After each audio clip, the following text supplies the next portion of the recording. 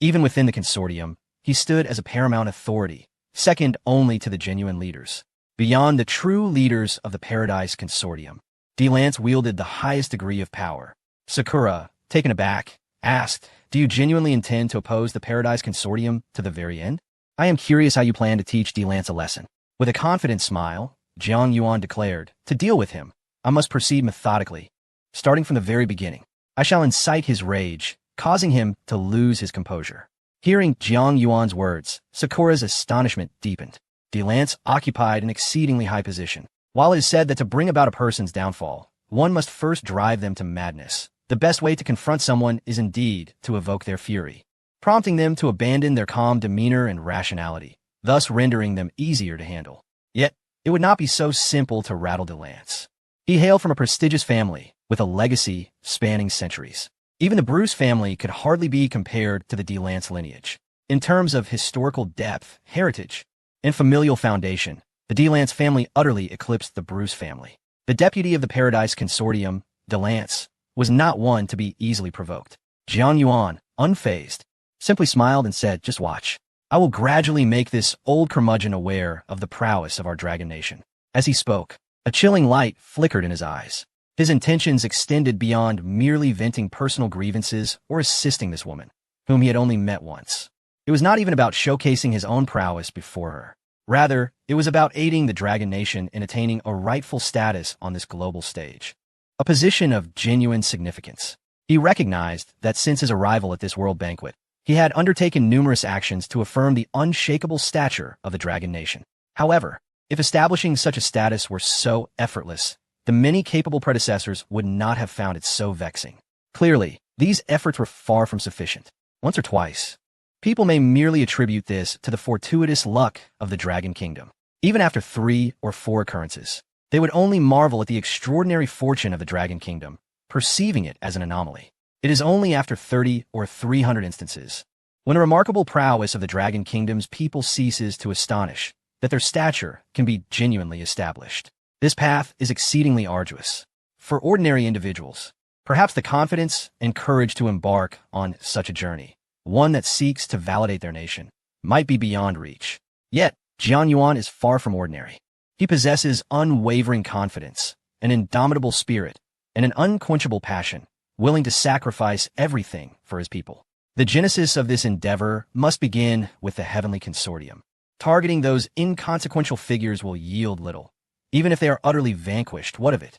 Defeating a mere clown only indicates one is marginally stronger than the clown itself. It does nothing to substantiate the might of the Dragon Kingdom's people. Only by overcoming individuals from the Heavenly Consortium, particularly its second-in-command, can sufficient credibility and renown be established. Mr. Delance, you conspire with foreign entities to usurp the Li Consortium and suppress the standing of our Dragon Kingdom's people. Jiang Yuan's eyes shone like twin stars in the firmament. "I shall ensure you pay a steep price, one that illustrates the true cost of blood at the hands of the Dragon Kingdom's people." Jiang Yuan resolved that this time, he would first drive Mr. Delance to madness. Shortly thereafter, he devised a strategy to incite Delance's ire, leading him to lose his composure. Jiang Yuan instructed, "Spread the rumor among the guests discreetly that Mr. Delance once held affections for a woman who is now married, and that she is present here today." He tasked Yao Wenwen with this mission, directing her to discreetly bribe the servers at the World Hotel to disseminate the tale. Inya, somewhat perplexed, inquired, "While your scheme is undeniably clever, and I understand you intend to provoke Mr. Delance's fury through these rumors, do you not think the fabrication lacks sufficient weight?" Jiang Yuan smiled slightly and replied, "Have you ever heard the idiom, 3 men make a tiger?" Inya, bewildered, could not grasp the meaning, having had no formal education in the culture of the Dragon Kingdom, only a rudimentary understanding of its language.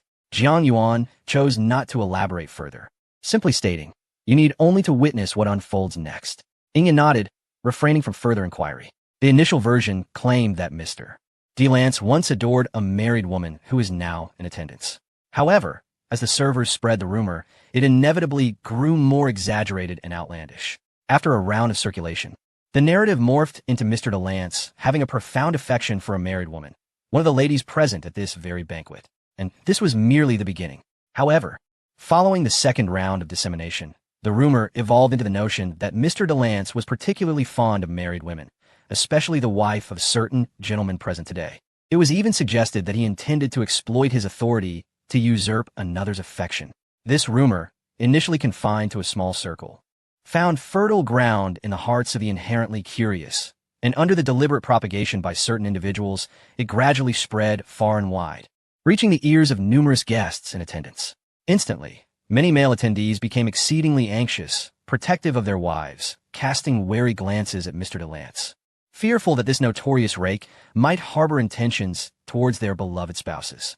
Chapter 470. Serendipitous Misunderstanding. Jiang Yuan skillfully disseminated rumors, initially confined to the servants, which gradually made their way into the ears of the ladies at the banquet. Women's nature is inherently gossipy, particularly when it comes to such sensational tidbits. It is worth noting that Mr. Delrens is no spring chicken. He is nearing the venerable age of 70. Yet, this elderly gentleman is reputedly enamored with the wives of others. Astonishingly, one of these wives belongs to a gentleman present at the gathering. This scandalous revelation captivated the hearts of many gossipy women. Have you heard? The esteemed Mr. Delrens of the Heavenly Consortium is purportedly a man with a penchant for other men as wives. It is no wonder he remains unmarried at his advanced age. We once believed he held strong views on personal freedom, only to discover that he harbors such peculiar inclinations. But that is not all. It is rumored that he has set his sights on the wife of one of the gentlemen present, intending to deal a severe blow to her husband and claim her for himself. This is utterly outrageous. While the Heavenly Consortium possesses considerable power, most of the attendees belong to the 5 major conglomerates. Can it be that the Heavenly Consortium truly intends to act with impunity, seizing women from the men of the 5 major groups? In an instant, numerous women began to chatter excitedly about the scandal. This explosive topic swiftly caught the attention of the men, who anxiously guarded their wives, fearing that Mr. Delrens, in his indiscretion, had targeted their own spouses.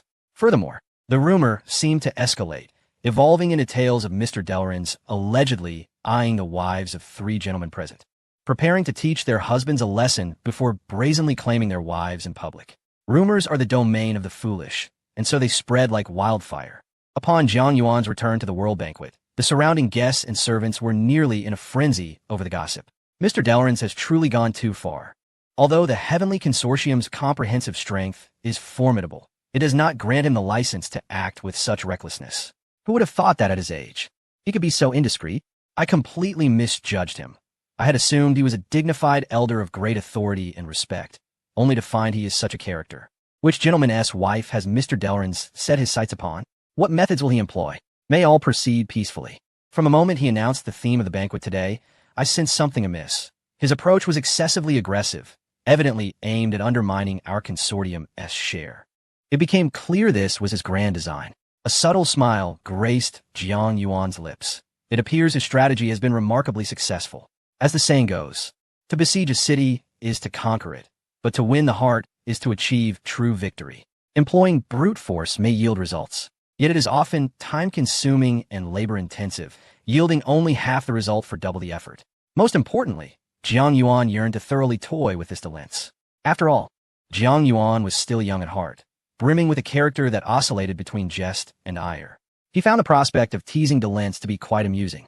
As the banquet became unwittingly shrouded in this scandalous rumor, countless pairs of eyes turned toward Delance, each gaze imbued with an unmistakably peculiar curiosity. Delance furrowed his brow, keenly sensing that something was amiss. He promptly commanded his subordinates to investigate the matter. Before long, his subordinates, demonstrating remarkable efficiency, reported back with their findings. However, the expressions on their faces, when directed at Delance, were also tinged with a hint of strangeness. Who is responsible? Delance seethed with indignation. Who spread this rumor? Find them, and spare no effort in your search.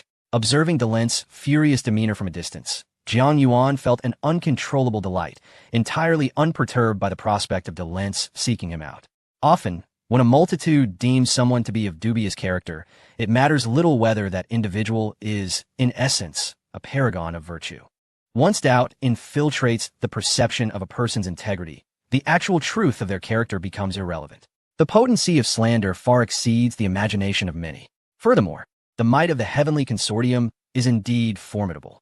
Merely a few minutes had elapsed before the finger of suspicion was pointed squarely at Jiang Yuan. Delance was livid, approaching Jiang Yuan with a fierce countenance. Jiang Yuan, how did you come to know of my affairs? This matter was known only to a select few of my most trusted confidants. Have you perhaps bribed them? Goodness, so you truly have an affection for another's wife? Jiang Yuan exclaimed in astonishment. Goodness, you were unaware? Delence was infuriated to the brink of apoplexy. Jiang Yuan nearly collapsed with laughter, realizing that his fabricated rumor had inadvertently turned out to be true. It seemed reality was far more daunting than mere gossip. Here stood Delence, impeccably dressed and exuding an air of authority. Not only did he occupy a high position as the second-in-command of the Heavenly Consortium, wielding considerable influence and wealth, but he also harbored such an unspeakable penchant. The stark contrast was absurdly amusing. Moreover, he intended to seize this opportunity during the grand banquet to pursue another's wife, brazenly attempting to usurp love in public. Such audacity was beyond comprehension. Old fool, you would even stoop to such depths? Jiang Yuan provocatively taunted. Disgraceful and shameless. Utterly lacking in respect for your age. Delence was left bewildered, his mind a flurry of questions. As a foreigner, he grasped little of the derogatory idioms of the Dragon Kingdom. Yet, he sensed an unmistakable disdain in Jiang Yuan's tone. With narrowed eyes glinting coldly, Delence replied, I shall do as I please. Allow me to impart a lesson to you young ones today, showcasing just how formidable the power of authority can truly be. Chapter 471. The monkey in a crown. Jiang Yuan let out a cold smile, remarking, Indeed, the barbarian is devoid of courtesy, faith, knowledge, and shame. Although Jeluan Si could not comprehend the ancient language of the Dragon Kingdom, he could discern the scornful tone in Jiang Yuan's words, which conveyed a deep contempt towards him. Yet, Jeluan Si possessed an unparalleled thick skin and exuded an air of composure in the face of adversity, making it improbable for him to be swayed by Jiang Yuan's derisive remarks. Jiang Yuan, the rules of this world often differ vastly from your imagination, Jeluan Si thought, his eyes brimming with disdain, akin to an elderly sage observing an ignorant child. Morality, most of the time, is merely a pretext wielded by the powerful to shield the weak. In essence, the strong can do as they please to the weak. If you deem my actions immoral, allow me to candidly declare that doing as one wishes is indeed the privilege of the strong, a hallmark of their status. To me, societal morals are nothing more than a flimsy membrane easily pierced. Words that were both shocking and unconventional flowed slowly from Jeluan Si's lips. The cold light in Jiang Yuan's eyes intensified as he coldly regarded Jeluan Si's impending actions. Immediately inform Mr. Lawrence, Mr. Jack, and Mr. Steve. I wish for their companions to join me for a dance. Jeluan Si commanded with a sneer directed at his subordinates. Should they refuse, warn them that they will be expelled from this world banquet's medical theme. Lawrence, Jack, and Steve were all mid-level executives associated with 5 different consortiums, and their wives were exquisitely chosen. These ladies not only possessed striking beauty, surpassing even the most prominent modern-day starlets, but they also exuded an elegance and talent that ordinary women could scarcely rival. Any man encountering these 3 women would likely find their hearts racing in trepidation. These 3 women were the epitome of breathtaking beauty. Many who had seen them lamented that the ancient beauties of the Dragon Kingdom, such as Yang Yuhuan and Jiao Chan, could hardly compare. Upon receiving Jeluan Si's invitation to dance, their faces turned pale, and they looked towards their husbands in desperation. Lawrence, Jack, and Steve wore grim expressions. The rumors circulating at the banquet had long reached their ears, and they were not unaware of Jeluan Si's notorious reputation as a disrespectful elder.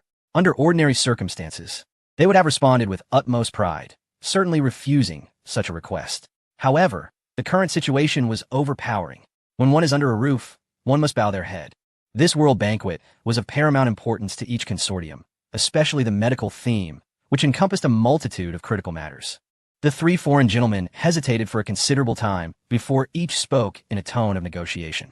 In truth, he merely requested your company for a dance. Perhaps it would be wise to acquiesce. It is essential to recognize that this world banquet is indeed extraordinary. These 3 foreign men, in the face of monetary gain, chose to forsake their dignity, while the 3 ladies turned pale, as they were certainly neither ignorant nor devoid of intelligence. They comprehended that, on the surface, this was merely an invitation to dance, yet the reality was far more complex. Delorence's actions, without a doubt, aimed to establish authority. It was not only Jiang Yuan who understood the significance of power. In fact, every individual present could effortlessly command respect in their respective domains. They too were acutely aware of the importance of authority. Authority represents status. Historically, the highest-ranking men wielded the power to act as they pleased. Establishing authority leads to the acquisition of power, which in turn fosters further authority, creating a virtuous cycle. At this moment, the Paradise Consortium held the upper hand, prepared to assert its dominance and subsequently absorb the remaining conglomerates. The most straightforward and forceful method to establish authority is to engage in numerous actions that breed discontent. Yet inevitably, all would find themselves despairingly powerless to alter the situation. What is this? It is unrestrained freedom. Those who act with impunity become the leaders within the interest group, the most authoritative figures. Such individuals deserve the title of king. Behind Delorant's exceedingly arrogant demeanor lay the gradual revelation of his grand ambitions. Even those nearby cast wary, anxious, and somewhat apprehensive glances at him. Clearly, his goal of establishing authority was on the verge of realization. However, at that moment, Jiang Yuan proclaimed loudly, "There is no need for compromise. The medical resources that the Paradise Consortium can provide are resources we too can supply." At this declaration, astonishment swept through the room, especially among the Li family consortium. There was an immediate sense that Jiang Yuan had perhaps lost his sanity. In fields such as the humanities and social sciences, even outsiders can manage to articulate vague statements. However, the medical field has always been a realm profoundly unfamiliar to laypersons. Outsiders dare not venture opinions regarding medical matters. Jiang Yuan had indeed distinguished himself in the billion-dollar chip order incident. Yet how could he so boldly challenge the Paradise Consortium in the medical domain? "You wish to instruct me?" Jiang Yuan lifted his chin, gazing down at Delorance, and then revealed a cold smile. "Allow me to impart a saying from the Dragon Kingdom, a monkey in a crown. In my eyes, you are merely a bathed monkey donning a human hat to masquerade as a human." Upon hearing this, a glint of cold fury flashed in Delorance's eyes. The atmosphere in the room instantly froze to a chilling silence. Chapter 472. The disdain of Dialun's Jiang Yuan's resounding declaration echoed like a bombshell in the ears of everyone present. Countless individuals stared in astonishment at Jiang Yuan, utterly unprepared for his audacious confrontation with the Celestial Consortium in the realm of healthcare. The scale of the Celestial Consortium's investments in medical endeavors could indeed be described as all-encompassing. Their financial commitment to medical equipment and facilities alone surpassed trillions. If any consortium were inclined to invest heavily in healthcare, it would undoubtedly be the Celestial Consortium. This estimation did not even account for their exorbitant salaries for medical doctors or the various funding for research approvals. They had effectively staked the very foundation of their entire consortium on the medical field, firmly believing it to be a worthy pursuit. Life and death are subjects from which countless individuals cannot escape. No matter how illustrious a person's existence may be, the specter of unknown mortality inevitably evokes fear. In the face of survival, many affluent individuals would willingly part with substantial sums of money. This is undeniably a lucrative venture. The strategists of the Celestial Consortium are wholly convinced of this principle. Their approach is strikingly reminiscent of a prominent noble family in the history of our Dragon Nation. At this moment, Jiang Yuan could not help but ponder. The Celestial Consortium's significant investment in healthcare is akin to stockpiling grain in times of chaos. Historically, many noble families possessed armies and weapons, yet their short-sightedness led them to invest all their wealth in the acquisition of gold, silver, and jewels, as well as the allure of beautiful women and luxurious carriages. However, one family stood apart with astute foresight, choosing not to pursue gold or treasures, but rather to hoard grain, cheap grain in abundance. When famine struck due to the turmoil of war, the other families, burdened by their amassed wealth and jewels, were forced to relinquish their treasures and beauties at a pittance to survive. In contrast, that one perspicacious family not only acquired gold and jewels, but also retained a substantial stockpile of grain, achieving a threefold victory. This bears a striking resemblance to the Celestial Consortium, which has devoted all its resources to the healthcare industry. Who among us can escape death? When confronted with the threat of mortality, how much do material riches truly matter? Who can purchase life with wealth? Once the Celestial Consortium establishes a monopoly in healthcare, the fruits of their endeavors will far exceed anyone's imagination. When the executives of other major consortia confront health crises, they will inevitably turn to the Celestial Consortium for assistance. At that juncture, it may also result in a threefold gain for them. Yet now, Jiang Yuan boldly claims that his faction can challenge the Celestial Consortium in the medical arena. This undoubtedly heralds a significant event poised to disrupt the existing order and regulations. Many began to reconsider. Who exactly is this Jiang Yuan? Is he merely posturing, or does he possess a depth of capability yet to be revealed? I believe he is certainly not a blusterous individual. Could it be that Jiang Yuan is genuinely exceptionally intelligent, possessing hidden cards beyond that one item? Regardless of the truth of this matter, we must not offend Jiang Yuan. He has already secured the 11th seat. The 11th seat, indeed. One must understand that attaining such a position is no trivial feat, and maintaining it is even more challenging. The three ladies could not help but cast grateful glances at Jiang Yuan, who had unexpectedly revealed their husband's cold and unfeeling natures. In the face of stark self-interest, their husbands had callously cast them aside, while this stranger, Jiang Yuan, whom they had only briefly encountered, was willing to stand up for them. Moreover, Jiang Yuan's attractiveness eclipsed that of their spouses. He was nothing short of breathtaking.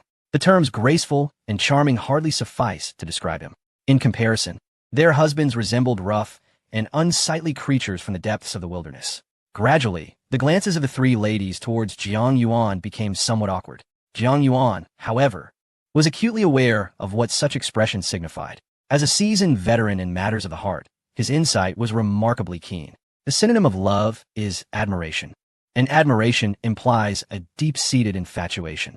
Any man with romantic experience understands that if a woman holds you in high regard, winning her over is a mere triviality. Conversely, if a woman does not admire you and cannot even appreciate your virtues, then the pursuit of her affection becomes a fanciful endeavor. At this moment, the looks directed at him by the three ladies were undeniably filled with admiration. Such gazes are perilous. If Jiang Yuan were of a more unscrupulous nature, he would likely be reveling in this situation. Should he choose, he could readily maneuver to seize their affections. Dilrence. Jiang Yuan slowly turned his head towards Dilrence. Whether your aim is to establish authority and claim the three ladies as your own, or to monopolize the medical theme as prestigious position, I can assure you, at this world banquet, you will gain nothing. Dilrence laughed, a brazen and mocking laughter, and sharply retorted, on what grounds? Jiang Yuan replied calmly, on my account. Dilrence exclaimed incredulously, just based on you? Jiang Yuan smiled. If I were to say that your days are numbered, and only I can save you, would you still speak to me in such a tone? Upon hearing this, Dilrence erupted into laughter, as if he had heard the most ludicrous joke. Am I on the brink of death? He scoffed. You wish to kill me, do you? Jiang Yuan shook his head and responded, stubbornness leads to self-destruction. Observing Jiang Yuan's serious demeanor, Dilrence felt even more disdain, convinced that Jiang Yuan was merely posturing. Chapter 473. Jiang Yuan's Dilemma. The confrontation between Jiang Yuan and Dilrence has officially commenced. Numerous members of other consortiums watched with grave expressions as the imminent clash unfolded, silently praying for Jiang Yuan's victory. After all, Dilrence, an enigmatic figure, is unpredictable in his machinations. He even dares to publicly flaunt his interest in other men's wives to assert his dominance. His strength lies in the unparalleled authority of the Paradise Consortium, which looms large among the 5 major consortiums, evoking fear and trepidation. The status of the Paradise Consortium is akin to that of Dongzhuo during the Three Kingdoms era, highly influential and immensely wealthy. Should such a person secure a central position among the 5 major consortiums, it is easy to foresee a bleak future for all. In stark contrast, Jiang Yuan exudes a certain charm. When he first arrived on this island, he hosted a grand feast for the local residents, reveling in their company, an act that quickly spread through the community. Today, when Dilrence extended his ominous intentions toward the wives of the 3 esteemed guests, it was Jiang Yuan who bravely stepped forward. This young man truly possesses resolve. He rises to the occasion when needed. Many in attendance shared a singular thought. They hoped Jiang Yuan would prevail, thus ending the harsh rule of the Paradise Consortium. They were all elites, acutely aware that in this world, the notions of justice and evil are often blurred. Most individuals are simply striving for their own interests. Some seek fame, while others, more extreme, abandon even the semblance of dignity. Naturally, they prefer the former. Yet, they are also confronted with a harsh reality. Jiang Yuan's odds of victory are slim. If the Paradise Consortium were so easily vanquished, it would not pose such a dilemma. The current crisis fills them with despair. Should the Paradise Consortium continue to monopolize power at the medical conference, they would have no choice but to submit, bowing in servitude. However, if Jiang Yuan can successfully contend with them and defeat the Paradise Consortium, perhaps a glimmer of hope might emerge. Now, all hopes rest upon Jiang Yuan's shoulders. Sakura gazed at him with anticipation, eager to discern whether he is merely a man of grandiose words. Initially, she sought only a suitable partner. Yet after conversing with Jiang Yuan, she discovered his astonishing ambition and desire. Such lofty aspirations could stem from either youthful bravado or genuine talent capable of turning the tide of adversity. Sakura fervently wished for him to be the latter, for she would willingly do anything for him. Many are often mistaken in believing that all women cherish freedom. In truth, this is not always the case. Many women secretly yearn to be conquered by a true man. Even if it means sacrificing their freedom, they embrace this fate with delight. To be captivated by a genuine leader, exuding confidence and possessing real talent, and to allow him to become their anchor, governing every aspect of their lives, is undoubtedly a source of immense joy. However, the members of the Li Consortium find themselves perplexed. How dare Jiang Yuan challenge the Heavenly Consortium in the realm of healthcare? This is undeniably a most unwise endeavor. In other areas, they might have engaged in a fierce rivalry with the Heavenly Consortium, but in the medical field, this is unequivocally their stronghold, their greatest advantage. Throughout history, every renowned general understands a fundamental truth. Victory can be effortlessly achieved by leveraging one's strengths against the opponent's weaknesses. It is folly to confront an adversary's strengths with one's own weaknesses. Such an approach invites ruin. Yet, Jiang Yuan has chosen to do precisely that. Historically, only a military genius of Han Xin's caliber would exploit the unpredictable nature of warfare to execute strategies that confound the ordinary mind. Following the billion ship order incident, many key figures within the Li Consortium have developed a profound admiration for Jiang Yuan, though they now refrain from speculating on his motivations, opting instead to observe the unfolding events. In contrast, Bruce's eyes glinted with cold intensity as he mused. Does Jiang Yuan believe that a fortunate resolution of a previous incident renders him invincible? His arrogance is boundless. How dare he engage in a contest of strength with the Heavenly Consortium in the medical domain? This is tantamount to courting death. Deep down, Bruce fervently wishes for Jiang Yuan to suffer a swift defeat, providing him an opportunity to stage a comeback within the consortium. Since being publicly humiliated by the Heavenly Consortium, his reputation within the Li Consortium has been steadily declining. Conversely, Jiang Yuan's standing has been on the rise. If this trajectory continues, Bruce's position may soon be jeopardized. At present, he can only hope that Jiang Yuan is blinded by momentary success, leading to an unexpected downfall, thus allowing him a chance to reclaim his status. Meanwhile, Li Jiqing is focused on her subordinate's secret communication with a significant figure, preparing to cultivate a relationship with Jiang Yuan. Although she's also taken aback by Jiang Yuan's audacity to confront the Heavenly Consortium in healthcare, she recognizes his exceptional talent, an asset that must be secured. It is imperative that he does not slip away to another consortium, for the consequences would be dire. As everyone harbors their own thoughts, the organizers of the World Gala urgently released a notification. A guest at the banquet has collapsed, and the cause is under investigation. However, the guest's life is in grave danger. Attendees are advised to exercise caution. Upon hearing this news, Dylan's narrowed his eyes, realizing that this is indeed a fortuitous opportunity. Although he was unaware of the unfortunate circumstances that led to the sudden collapse of the pitiable individual, this presented a remarkable opportunity for him to showcase the formidable medical prowess of his Paradise Consortium before all witnesses. Simultaneously, it served to instill a sense of dread among the onlookers, allowing them to perceive the helplessness that accompanies human suffering in the face of illness. Consequently, he could seize this moment to persuade everyone to enter into a medical investment agreement with the Paradise Consortium at the helm. This was, without a doubt, a double-edged benefit. Just as Delrin's eyes sparkled with anticipation, engrossed in his scheming thoughts, Jiang Yuan regarded him with the detached gaze one might reserve for a corpse. After a prolonged silence, Jiang Yuan gently shook his head. Chapter 474. Master Lu Jiang Yuan let out a sigh and gently shook his head. No one knew why his demeanor seemed tinged with sympathy, even a hint of pity. Dylan's merely considered him to be posturing, paying it no mind. At that moment, all his attention was captivated by the fallen guest. Reports indicated that the individual who had collapsed was an elderly gentleman nearing 70. The uncle of the leader of the Furbatcher Consortium. A sharply dressed subordinate relayed the news. Oh! Upon hearing this, Dylan's instantly perked up, a cunning glint appearing in his eyes. The leader of the Furbatcher Consortium, Hebrew, was a figure of immense renown. Within just a few years, he had risen from humble beginnings to become a formidable titan, establishing an organization that rivaled long-established conglomerates. This top-tier magnate possessed extraordinary abilities, marked by foresight and an uncanny knack for investment, yielding profits in every venture he undertook. Moreover, he wielded an unparalleled leadership quality that inspired unwavering loyalty from his followers, who seemed inexplicably drawn to him. It felt as though aligning with such a leader rendered one willing to brave any peril. Furthermore, Hebrew's methods were astute and meticulous, ensuring that he never encountered setbacks. Under his stewardship, the Furbatcher Consortium flourished, exuding an air of unstoppable momentum. Now, with the unexpected collapse of this heroic figure's uncle, the situation appeared dire. If D. Lunds could rescue this venerable elder, he would undoubtedly secure an immense favor from Hebrew. Such a monumental debt of gratitude from a person of his stature would be a remarkable boon. With the support of the Furbatcher Consortium, his ambition to unify the 5 major conglomerates would be significantly fortified. The pace at which he could absorb the remaining consortiums would accelerate tremendously.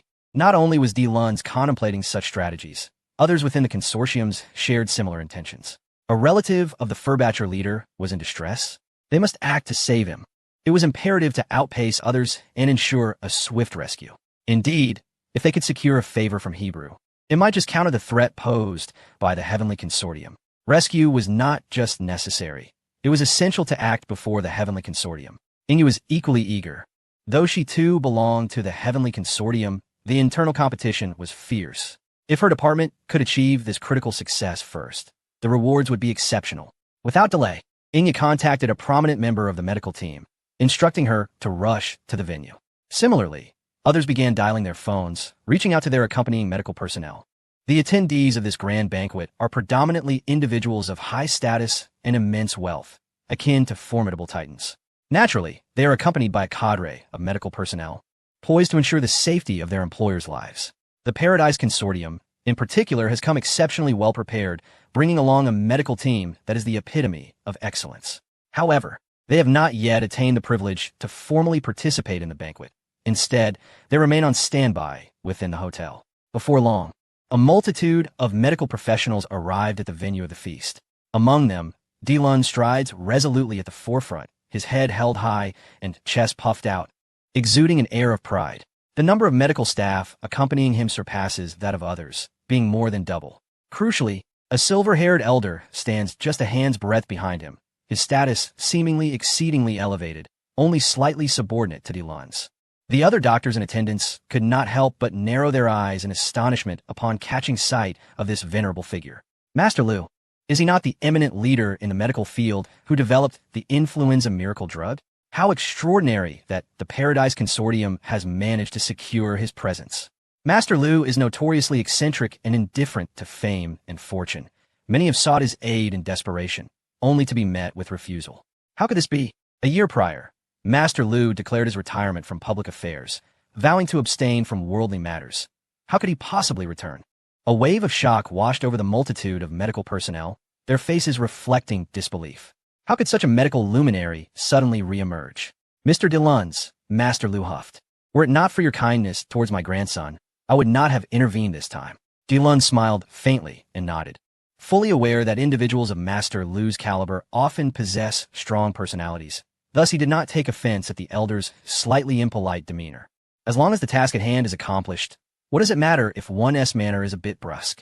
De Lunds is no ordinary fool. He possesses his own depth and discernment. Master Lu, with an air of superiority, surveyed his surroundings, noting that not a single medical professional dared to meet his gaze. Each of them, in terms of seniority, could be considered as belonging to the younger generation of Master Lu's family, completely intimidated by his presence. Yet, amidst the crowd, Master Lu's eyes fell upon a figure who met his gaze without the slightest trepidation, Jiang Yuan. Master Lu emitted a soft sound of intrigue, sensing an extraordinary aura emanating from Jiang Yuan. Nevertheless, he did not halt his stride. The most pressing matter at hand was to assist the ailing septuagenarian on the brink of death. Chapter 475. A gathering of heroes amidst rising winds and clouds. Jiang Yuan stood with his hands clasped behind his back, a card having mysteriously appeared in his hand. This was a temporary role-playing card, the Saint of Medicine template, drawn from his system. He had no intention of letting the Heavenly Consortium escape his grasp easily. having accepted old Li's commission to elevate the Li Consortium to the throne of glory and achieve the unification of the 5 major consortiums, thereby ensuring that the reputation of the Dragon Kingdom reverberates throughout the world. He understood that all obstacles before him must be eradicated. However, his trump cards were limited. Each use diminished their number, necessitating careful planning. He mused that once this incident concluded, he would likely accumulate a significant number of points. Jiang Yuan hoped for more permanent cards rather than the transient ones, as the capabilities of these temporary role-playing cards were exceedingly restricted. In secret, he began to yearn for substantial, lasting rewards. What he desired most was, in fact, an eternal and indestructible body. Before him, any adversary would be as fragile as paper, easily obliterated with a single punch. This exhilaration was undoubtedly what Jiang Yuan craved. Yet, the act of drawing cards was entirely a matter of luck. With good fortune, one might draw 10 cards and receive 3 or even 4 premium ones. Conversely, with ill fortune, it could take 7 or 8 attempts to yield a single worthwhile result. After contemplating this for a moment, Jiang Yuan chuckled and shook his head, realizing that whether he fretted or hoped over the card draw would bear no effect. He resumed observing the situation unfolding in the venue. Standing beside him, Sakura sent a flurry of messages from her phone. Soon, a striking woman in a white coat approached in response to her call. "Aunt Lin, you've finally arrived," Sakura exclaimed with crescent-shaped eyes, joyously throwing herself into the embrace of the beautiful doctor. "You must showcase your prowess this time and save the patient before that person from the Imperial Consortium arrives." Aunt Lin affectionately patted her head. As one of the premier doctors of the Heavenly Consortium, she had been appointed to this location to tend to the ailing. "By the way, Aunt Lin, let me introduce you to someone." Sakura pulled Jiang Yuan forward, saying, "This is Jiang Yuan, a truly remarkable individual." Aunt Lin regarded Jiang Yuan with a slight frown. Aside from his handsome appearance, he seemed rather unremarkable. Was Sakura perhaps infatuated with this charming young man? Well, every young person has their own path. Experiencing some setbacks can be a blessing, Aunt Lin pondered. However, her attention soon shifted to Jiang Yuan's suit, noticing subtle discrepancies in the pleats on either side. With a slight furrow of her brow, she reached out to smooth the wrinkles until they aligned perfectly, finally releasing a breath of relief. Jiang Yuan silently thought to himself, "It appears Aunt Lin has a touch of perfectionism." With a smile, Aunt Lin addressed him. "Jiang Yuan, you're a friend of Sakura's, aren't you? It's a pleasure to meet you." Jiang Yuan politely nodded in acknowledgement. Aunt Lin then invited, "We are about to visit the patient. Why not accompany us?" Jiang Yuan hesitated slightly, as he was affiliated with the Li Consortium and, by all rights, should join them. However, upon glancing at Li Jiqing, who was too preoccupied to notice him, he felt a pressing desire to see the patient. Thus, he nodded in agreement, all right. Consequently, the three of them proceeded towards the makeshift ward.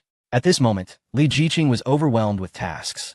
The Li Consortium had also engaged a medical team, even spending lavishly to recruit 3 eminent medical experts.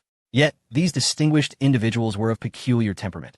Upon their arrival on the island, they insisted on surveying the local geography and climate, along with the herbs that thrive therein, hastily separating from the main group.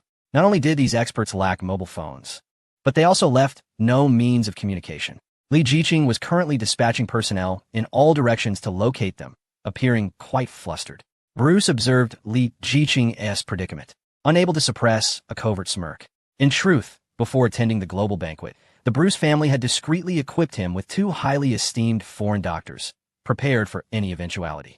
Both were postdoctoral fellows in clinical medicine, possessing profound theoretical knowledge as well as extensive surgical experience, revered by countless individuals. Jiang Yuan. Bruce's eyes gleamed with a cold intensity. "This time, I shall demonstrate to you that my power is synonymous with that of the Bruce family. Our strength is far beyond your reckoning." Various factions were in a frenzy, each summoning their finest medical resources. At this moment, dozens of renowned figures from the medical field began to converge upon the temporary hospital, all with a singular purpose: to be the first to save the nearly 70-year-old man, who was the uncle of the leader of the Ferba group. Successfully rescuing him would undoubtedly be a monumental achievement. Master Lu was the swiftest, brimming with confidence as he led the charge. He chose to treat the patient first and provide a diagnosis. Master Lu glanced back at the numerous medical personnel behind him, many of whom were capable of publishing academic papers in prestigious journals like The Lancet. A bunch of mere pretenders, he thought with overwhelming pride. After decades in practice and thousands of surgeries, I have never tasted defeat. The number of esteemed medical professionals who have faltered before me is not in the thousands, but certainly in the hundreds. Do you, mere fledglings, dare to challenge me? With that, Master Lu forcefully drew back the curtain and entered the makeshift hospital, immediately commencing treatment upon encountering the patient, without uttering a word. Chapter 476. An extremely delicate situation. Jiang Yuan strode gracefully into the makeshift hospital, where a multitude of medical personnel had already gathered in tight clusters. The representatives from the 5 major conglomerates stood prominently at the center. Everyone was enveloped in a palpable tension, their eyes fixated on the interior of the hospital, observing the stream of healthcare workers entering and exiting. Most of these medical professionals were elite figures summoned by the various conglomerates, constituting a significant portion of the medical community's luminaries. Today, they all convened with a singular objective: to determine who could be the first to successfully treat the patient in question. Everyone awaited a decisive outcome.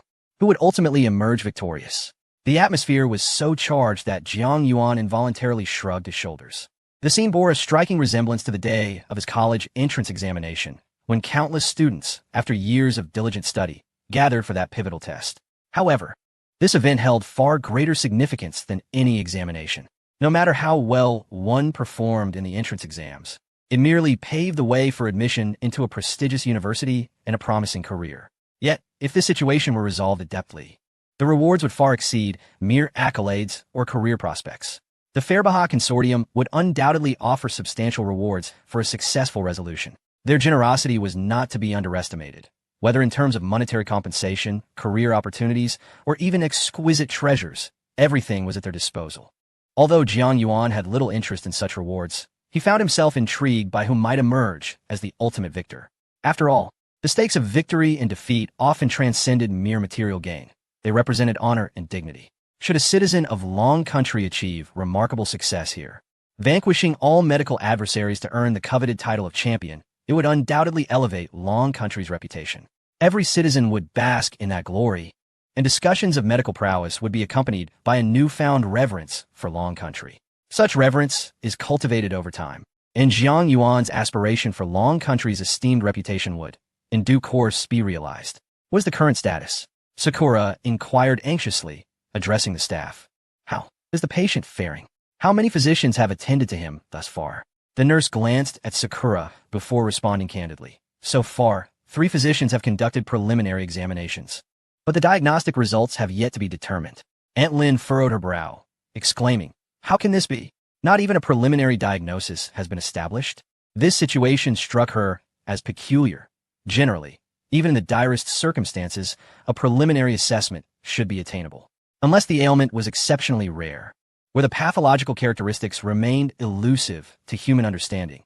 It was unusual to encounter such indecision at the initial diagnostic stage. Sakura, taken aback, asked Aunt Lin, "Could it be that the patient is suffering from a grave and unusual illness?" Aunt Lin pondered for a moment before noticing that the sleeves of Sakura's garment appeared somewhat uneven. The left sleeve protruded slightly more than the right. As Aunt Lin adjusted Sakura's sleeves, she remarked, "This may not necessarily be the case. It could merely be a subtle manifestation of an illness that remains inadequately understood within our current medical community." Once both sleeves were neatly aligned and perfectly symmetrical, Aunt Lin sighed in relief and added, "Otherwise, with Master Lu's prowess, he would not have failed to provide at least a preliminary report." "Master Lu?" Sakura inquired with curiosity. "What is the background of this Master Lu? I noticed that many seemed to hold him in high regard just now, and there were whispers of him among the crowd." Aunt Lin offered a wry smile, replying, "You will soon find out. Master Lu is a peculiar individual, and I cannot elucidate his character in just a few words. However, his skill will certainly leave a lasting impression on you." As Aunt Lin finished speaking, 2 voices interjected with scornful laughter. "Master Lu? Merely an old relic." Such antiquated figures often thrive on their past glories, but their true abilities may be lacking. The derisive tones were as grating as the calls of night owls. Jiang Yuan cast a fleeting glance and discerned Bruce standing beside 2 young doctors, whose cold demeanor was coupled with an unsettling aura of malevolence, suggesting their dubious intentions. These 2 physicians were likely one of Bruce's hidden cards, and, as his personal medical entourage, they were undoubtedly eager to engage in a contest of skills. After suffering defeat at Jiang Yuan's hands previously, Bruce had been biding his time, finally seizing the opportunity to orchestrate a comeback. Aunt Lin furrowed her brow, but chose not to elaborate further. After all, Master Lu's golden era had occurred 2 decades prior, while the current generation of rising stars had risen to prominence largely within the last 20 years. They had not witnessed Master Lu's prowess firsthand. Their knowledge of him was derived solely from hearsay passed down by their mentors. In their view, what they heard was often less credible than what they could see with their own eyes, and many of Master Lu's feats might have been exaggerated. The youth of today are destined to be the vanguard, and in their eyes, the previous generation is merely a relic of the past. If Master Lu represents the myth of a bygone era, then the medical luminaries of this generation embody the legends of the present. The clash between these two mythic figures from different epochs is bound to be fraught with tension. They each symbolize their respective eras, engaging in a confrontation that reflects the rivalry between past and present. Numerous other healthcare professionals, eager to challenge Master Lu, were arriving in succession. Following closely behind, Li Jiqing and her medical team also made their way to the scene. Upon seeing Jiang Yuan, she swiftly approached him and whispered, "The latest news indicates that this patient's condition is quite precarious." Moreover, the leader of the Fairbach Consortium has grown anxious, declaring that anyone who can save his uncle will be granted an unconditional promise. A thought sparked in Jiang Yuan's mind. This presented a splendid opportunity to turn the members of the Fairbach Consortium into vassals of his own faction. He nodded slightly, his gaze penetrating as he observed the unfolding situation. He was not in haste to take action, choosing instead to watch and wait. Often, the art of doing lies in seizing the right moment rather than merely anticipating it. Chapter 477. Talent without virtue. Jiang Yuan's gaze was as tranquil as autumn waters, imbued with an air of quiet confidence. However, the scene within the venue soon shifted dramatically. Suddenly, around 7 or 8 youths knelt outside the hospital entrance. Their tattered clothing and dejected expressions starkly contrasted with the esteemed guests attending the world banquet. It was evident that they were indigenous inhabitants of the island. "Please, we beg you for help. We are willing to pay any price. Please treat our parents. We would work like oxen in our next lives to repay the medical expenses." The unexpected pleas from these youths left everyone momentarily stunned. A rumor circulated that the elderly member of the Fairbach Consortium was suffering from a rare and potentially fatal allergy. The nurse explained, these youths' parents likely contracted the same affliction. They saw the multitude of medical personnel gathered here and hoped for assistance. The source of the allergy remained unknown, but it could very well be something from this island. One reason for the lack of a preliminary diagnosis might be to avoid causing panic. Upon hearing this, Aunt Lin and Sakura could not help but shudder, their eyes betraying a flicker of fear. Although this speculation was merely a rumor, its plausibility was chilling.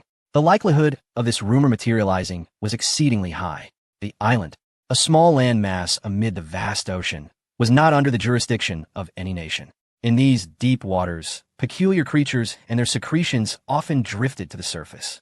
If humans came into contact with these substances, they could potentially trigger life-threatening allergies.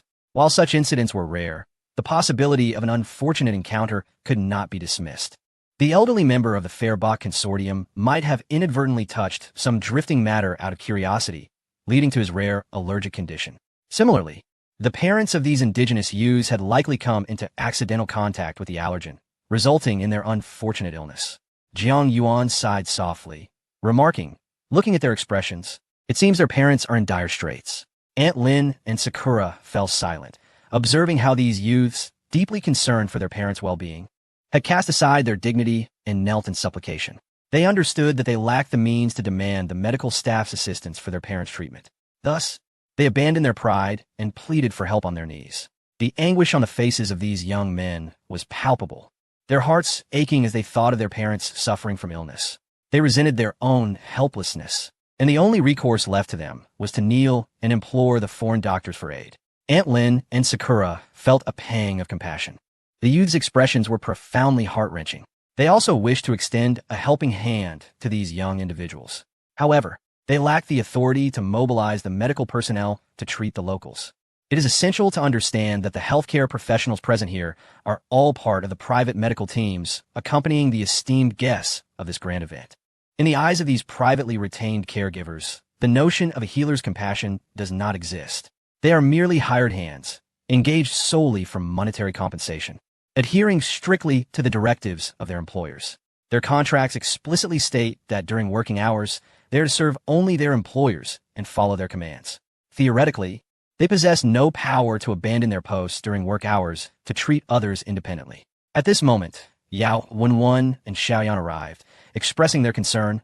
Boss, along the way, we observed many locals with despair etched on their faces, seemingly their parents afflicted by a strange illness, and they are desperately seeking assistance. Jiang Yuan remained silent. After all, every heart is made of flesh. Who among them does not have parents? The sight of these indigenous youths pleading on their knees for their parents was undeniably heart-wrenching. Jiang Yuan felt a stirring within, poised to speak. Just then, a collective gasp arose, drawing everyone's attention. Master Lu was about to emerge, reportedly having discovered a remedy for the affliction. Whispers of astonishment circulated, redirecting all focus to Master Lu. The two cold doctors beside Bruce simultaneously inhaled sharply, exchanging incredulous glances. Overwhelmed by disbelief, they had never anticipated that this Master Lu possessed such formidable abilities. Not only had he swiftly identified the ailment, but he had also found a solution. They had examined the elderly patient and could only ascertain allergic symptoms, fearing it would take at least a day to concoct the appropriate medication. Yet, Master Lu had remarkably unveiled a remedy with astonishing speed. Was the myth of the previous era truly that powerful? Many swallowed hard, struck by the revelation. Among the younger generation, most had only heard of Master Lu's renown. However, now, facing him, they felt an insurmountable disparity, recognizing their vast distance from his prowess. In a short while, Master Lu emerged from the hospital, exuding an air of triumph. Many gazed at him with profound admiration, and he basked in the reverence and accolades bestowed upon him. The local youths, feeling as if they had been granted a reprieve, cried out in excitement, "Divine healer, please save us." Unexpectedly, Master Lu's expression turned cold, dousing them with a bucket of icy water. "I am quite fatigued and have no time for trifling matters." He regarded the locals with disdain, as if they were nothing more than insignificant ants. The cost of treatment and medication amounts to approximately 5 million for each individual. If I can't afford it, I shall proceed with the treatment. If not, I shall take my leave. With that, he disregarded everyone else and turned to depart. 5 million. Despair etched across the faces of the youth, for even selling themselves might not yield such a sum. Lacking funds inevitably meant their parents would remain beyond salvation. In an instant, a profound sense of anguish and pain surged within their hearts. The compassion of a healer, akin to that of a parent, ought to prevail. Can one truly disregard life and death, driven solely by profit, simply because of their abilities? Jiang Yuan narrowed his eyes slightly and declared with unwavering conviction, "Those with talent but devoid of virtue are unworthy of the medical profession." These 8 words resonated like the tolling of a great bell, striking firmly in Master Lu's ears. Startled, Master Lu turned, his eyes gleaming with a chilling light. "Who dares to say I'm unworthy of being a healer?" Jiang Yuan strode forward, a cold smile gracing his lips. "I do." Chapter 478. Intense confrontation. Jiang Yuan's countenance was as frigid as ice, his figure standing tall and imposing like a mountain, facing Master Lu at a distance. The onlookers were momentarily taken aback, but soon they silently raised their thumbs in admiration for Jiang Yuan, recognizing that this young man was truly commendable, stepping forward when it mattered most. Many felt a pang of sympathy for the local indigenous youths, believing their filial piety was commendable and deserving of assistance. However, most of them were merely ordinary laborers, unable to bear the repercussions from above. Their primary objective was to cooperate in the urgent treatment of the elderly member from the Firebaugh Foundation. Other matters, in light of this pressing issue, must yield. While many wished to emulate Jiang Yuan's bravery, they found themselves lacking the courage to face the potential consequences of accountability. Moreover, the medical staff were private caregivers employed by the foundation. Their desire for autonomy would not be heeded. Consequently, no one dared to speak. All remained in a state of silent shame, watching Jiang Yuan and Master Lu, their hearts quietly praying that events would not unfold in a dire manner. Initially, Master Lu appeared somewhat irate, but upon realizing he was merely dealing with a youth, his expression gradually softened. He spoke with an air of indifference, stating, "You, a young and inexperienced individual, are unaware of the world's complexities. I will overlook your rudeness, given your youth and affiliation with the Lee Foundation. If you promptly apologize, I shall not hold your indiscretion against you." Upon hearing this, Bruce immediately grew anxious. This was a prime opportunity to eliminate Jiang Yuan. Since Jiang Yuan, in his ignorance, had dared to confront Master Lu under the pretense of championing those impoverished souls, was it not an opportune moment to decisively suppress him through Lu's hand? Although Jiang Yuan had recently garnered significant acclaim within the Li Foundation due to his success in the trillion yuan ship order incident, if he committed a grave error, such as offending Master Lu, thereby allowing the Heavenly Foundation to exploit the situation, leading to adverse repercussions and substantial losses, Jiang Yuan would inevitably bear the blame. With scheming thoughts swirling in his mind, Bruce feigned the role of a mediator and quickly approached, saying, "Master Lu, our Foundation's newcomer is indeed lacking in decorum. I hope you could be understanding. How about this? Let him compensate you with an apology fee, and you might consider sparing him for the sake of our Foundation." Many present looked at Bruce with fury. Although he appeared to be mediating, he was in fact manipulating Jiang Yuan's pride to exacerbate the conflict. Given Jiang Yuan's sense of dignity, it was utterly inconceivable that he would agree to pay a fee. The current situation would only deteriorate further. Several individuals wished to intervene, seeking to reconcile the discord between Master Lu and Jiang Yuan, hoping to mitigate the negative influence of Bruce's malicious provocation. After all, Jiang Yuan's character had already garnered the approval of the majority. He dared to speak when others would not, and he was willing to step forward when others hesitated. The individual who takes the lead undoubtedly evokes a profound sense of respect among many. Most people genuinely sympathize with the local indigenous population, including their suffering parents afflicted by illness. If circumstances permitted, they would have already raised their voices in support of Jiang Yuan. However, the opposing party is none other than Master Lu. Under normal circumstances, this might not pose an issue. Yet, given the presence of an unidentified allergen on this small island, which has precipitated severe allergic reactions, the situation has become dire. At present, who can guarantee that they have not encountered this unknown allergen? This implies that everyone is a potential victim of allergies. Currently, only Master Lu claims to possess the means to treat this rare and unknown allergic ailment. In essence, the power over life and death lies predominantly in Master Lu's hands. Many have silently stifled their intentions to support Jiang Yuan, for the value of their own lives far outweighs their sympathy. In critical moments, individuals often lose their compassion and kindness under pressure. Nevertheless, deep within their hearts, they still hope for the safety of Jiang Yuan, a decent young man. It is precisely at this moment that the significance of medical expertise becomes evident. The human body is inherently fragile, perpetually susceptible to various maladies. In a climate of collective trepidation, only physicians can provide effective assistance. Oftentimes, doctors resemble the rebirth of parents for their patients. Delrins is acutely aware of this reality, and the moment he has long awaited has finally arrived.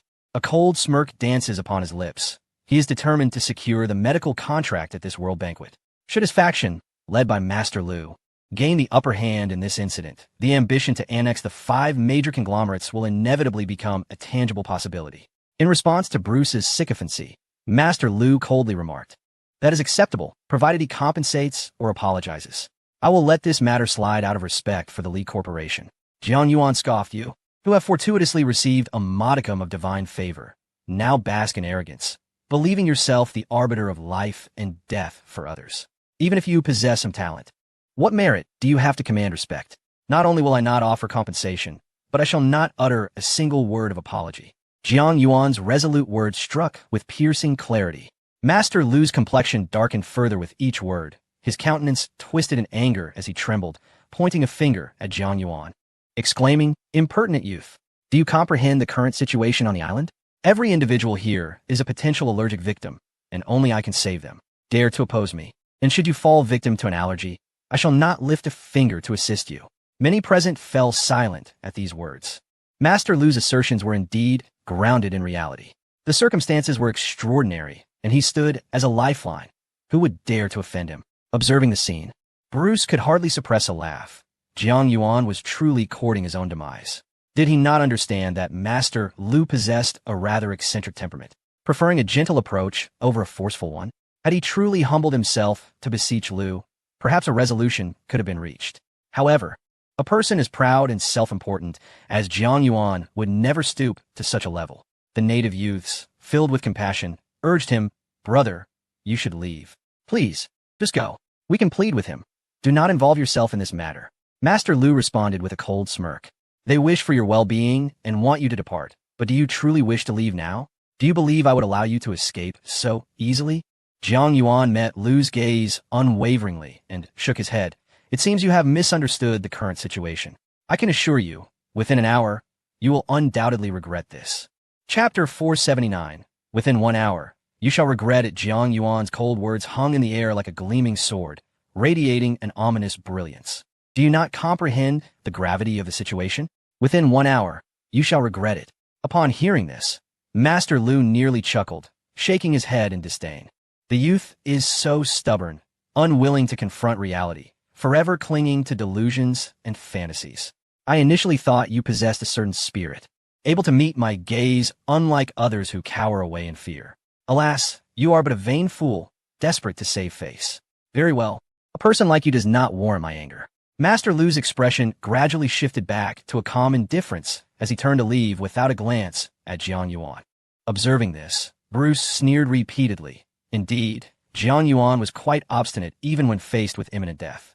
In this current scenario, it was evident that only Master Lu held the key to the safety of everyone on the island. Who would dare to disrespect him?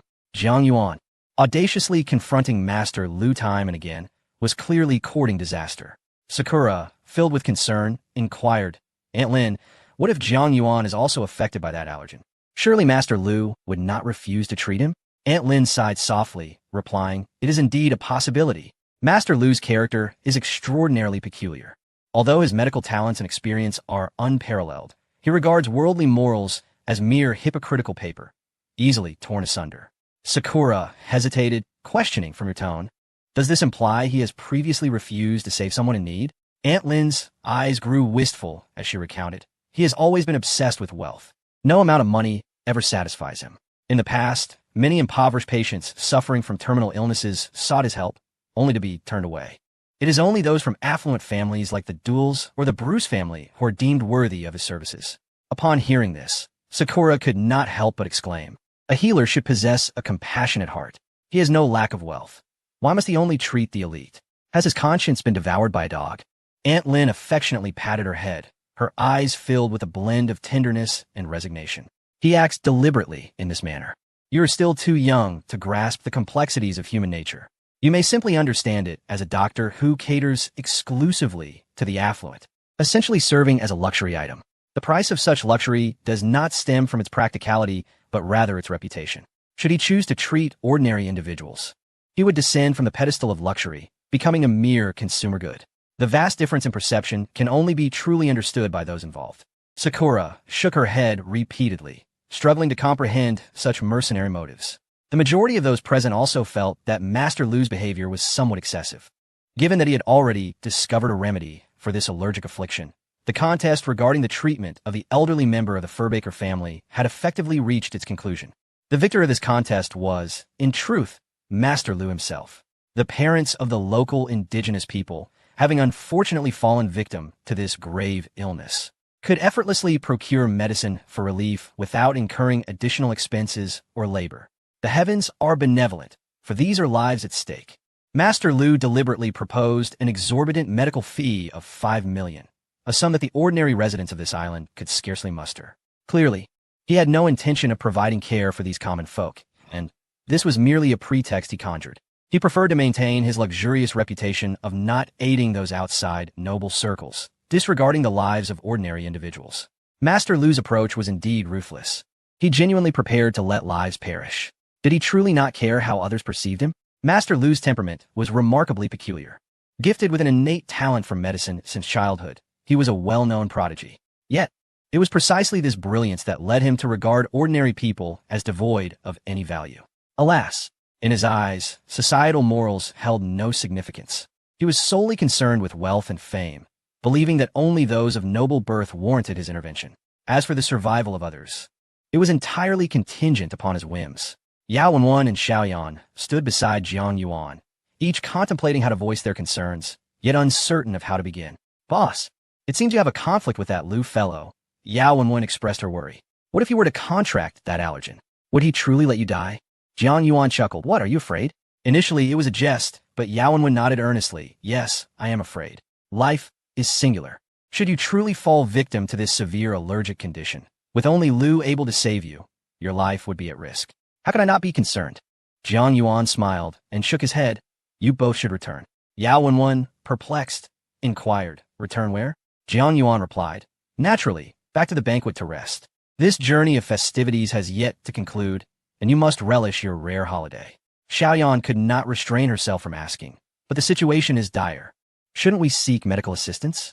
We are the only ones here without a medical team, and finding medical resources should be our priority. Jiang Yuan calmly stated, there is no need to seek them out. They will come to me. You should return first. With that, Jiang Yuan confidently entered the hospital. Although Xiaoyan and Yao Wenwen were baffled, they dared not defy Jiang Yuan's command and retraced their steps to the banquet. Meanwhile, Master Lu distanced himself from the crowd and returned to his medical laboratory. He summoned 5 assistants who began compounding medication per his instructions. Within half an hour, a vial of pale blue medicine was successfully concocted. One of his assistants could not help but exclaim, Master Lu, since you have already formulated a remedy for this allergic condition, why not provide a portion to those local indigenous people? This not only serves to establish your illustrious persona, but also garners a commendable reputation. Why not embrace it? Master Lu cast a cold glance at him and rebuked. What is this? Have you softened? The assistant, chastised, immediately withdrew his head, silenced by fear. Master Lu continued his reprimand. Establishing an image? What need have I for such a tarnished facade? The image I truly wish to cultivate is that of a renowned physician, one who serves only the elite. For it is they who will seek my expertise. As for the reputation of those impoverished locals, what purpose does it serve me? To consume? The assistant, thoroughly chastened, bowed his head, scarcely daring to breathe. Yet, in doing so, he inadvertently beheld a sight that filled him with trepidation. The assistant exclaimed, Master Lu, what are those numerous red spots on your foot? Master Lu paused in surprise, glancing downward to discover a multitude of red rashes adorning his foot. In that moment, the words of Jiang Yuan echoed in his ears. Within an hour, you shall surely regret it. Chapter 480. Master Lu's panic. The words of Jiang Yuan echoed in Master Lu's ears like an incantation. You will surely regret it within an hour. What could the statement possibly signify? Could it be that his perceptive abilities were so remarkable that he had discerned an impending issue with Master Lu? Gazing at the red spots adorning his feet, a cold sweat broke out on Master Lu's brow, as if a bucket of icy water had been poured over his heart, chilling him to the core. Master Lu had always been vigilant about his health, undergoing comprehensive medical examinations regularly to monitor his well-being and avert any unforeseen incidents. Given his physical condition, it was nearly impossible for such a rash to emerge on his feet during this season. The only plausible explanation was that while treating the elderly gentleman from the Farbach Foundation, he had inadvertently contracted an infection. Had he truly overlooked something in his meticulous precautions? A wave of anxiety surged within him. Could it be that he had indeed been careless? Even the most seasoned of practitioners could experience lapses. Yet the reality before him was undeniable. It was highly likely that he had, much like the elderly man from the Farbach Foundation and the numerous island natives, unwittingly encountered an allergen, resulting in this allergic affliction. But how could that impetuous youth, Jiang Yuan, have perceived this? Was he, beneath his seemingly unassuming exterior, a person of extraordinary insight and talent? Impossible. Master Lu vehemently shook his head, dismissing the notion as mere psychological suggestion, attributing it to coincidence. Jiang Yuan had not conducted any diagnostic tests. He was unaware of Master Lu's fundamental health metrics. How could he possibly deduce that Master Lu might have contracted this allergic condition? Nonetheless, Master Lu's heart was reluctant to acknowledge that Jiang Yuan could be correct. Meanwhile, the assistants gasped in astonishment, exclaiming, Master Lu, how could you have developed such a rash on your feet? Did you inadvertently contract an allergy? Cursed be this dreadful affliction. How could Master Lu, with his thorough protective measures, have fallen victim to it? Master, perhaps you should take the potion we just prepared, one suggested. Master Lu pondered for a moment, his gaze falling upon the light blue concoction he had just formulated. Initially, he had promised Delunz to expedite the treatment of the elderly gentleman from the Farbach Foundation, aiming to complete the task ahead of all others. This vial of medicine was intended for that purpose. Yet, plans often falter in the face of unforeseen circumstances. Since he himself had regrettably contracted this allergic condition, it was only prudent that he prioritize his own treatment. Who among us is not afraid of death? The chasm between life and death is often fraught with immense dread. Although Master Lu, a renowned physician, appeared to transcend such fears. The specter of mortality loomed large. However, in truth, it is precisely due to his extensive exposure to the parting of life and death that Master Lu's fear, when faced with the threat of illness, is far greater than that of the average person. Well, I shall first test the effects of this potion, Master Lu remarked, following his assistant's lead. The potion, freshly concocted, was inherently unstable and required testing. Very well, let me conduct a preliminary examination. The assistants, fully aware of Master Lu's true capabilities, dared not to contradict him, understanding that his claim of instability was merely a fade. Having been by his side for several years, they recognized that his unique methods of potion creation were remarkably mature. The notion of instability was simply a ruse. The reality was that Master Lu, despite being a renowned physician and an acknowledged genius, was ultimately just an ordinary mortal, susceptible to the fears of illness and death. With a deliberate motion, Master Lu tilted his head back and down the potion, feeling a slight relaxation only after it had flowed down his throat into his stomach. We must act swiftly.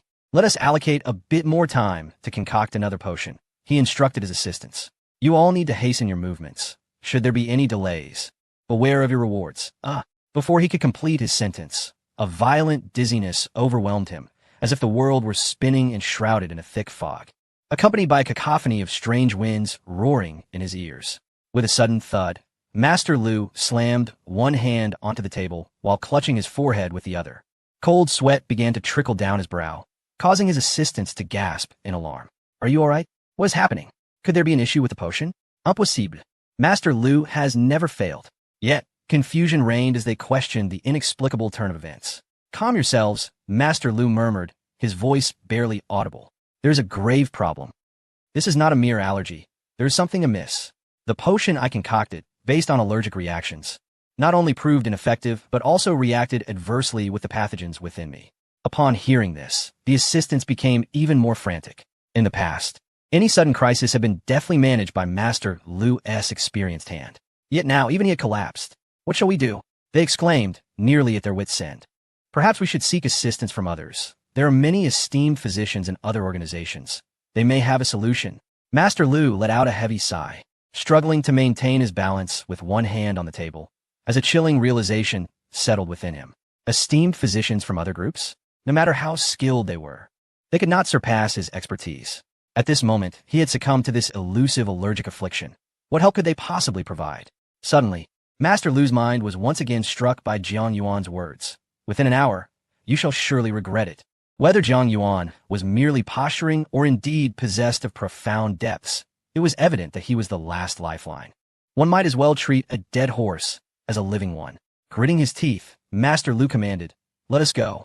His assistants, perplexed, inquired where to. Master Lu responded, "We must seek out that young man, the one named Jiang Yuan." The assistants, even more bewildered, asked, "What do we need to find him for?" Master Lu, now irate, retorted, "Hurry and find him. No more questions." Seeing the genuine fury in Master Lu's eyes, the assistants dared not protest further and promptly set off to locate Jiang Yuan as instructed. Chapter 481. The astonished Delrins within the confines of the hospital. Jiang Yuan sat alone in a room, calmly sipping his tea. Through the window, he observed the ceaseless flow of people within the hospital, where renowned doctors anxiously entered and exited, fervently discussing treatment options for the perplexing allergic condition. Their expressions were laden with anxiety, as if confronted with an insurmountable dilemma, leaving them in a state of palpable distress. The elderly individual afflicted by this peculiar allergic ailment, associated with the Furbahar Consortium, presented with symptoms that were exceptionally rare.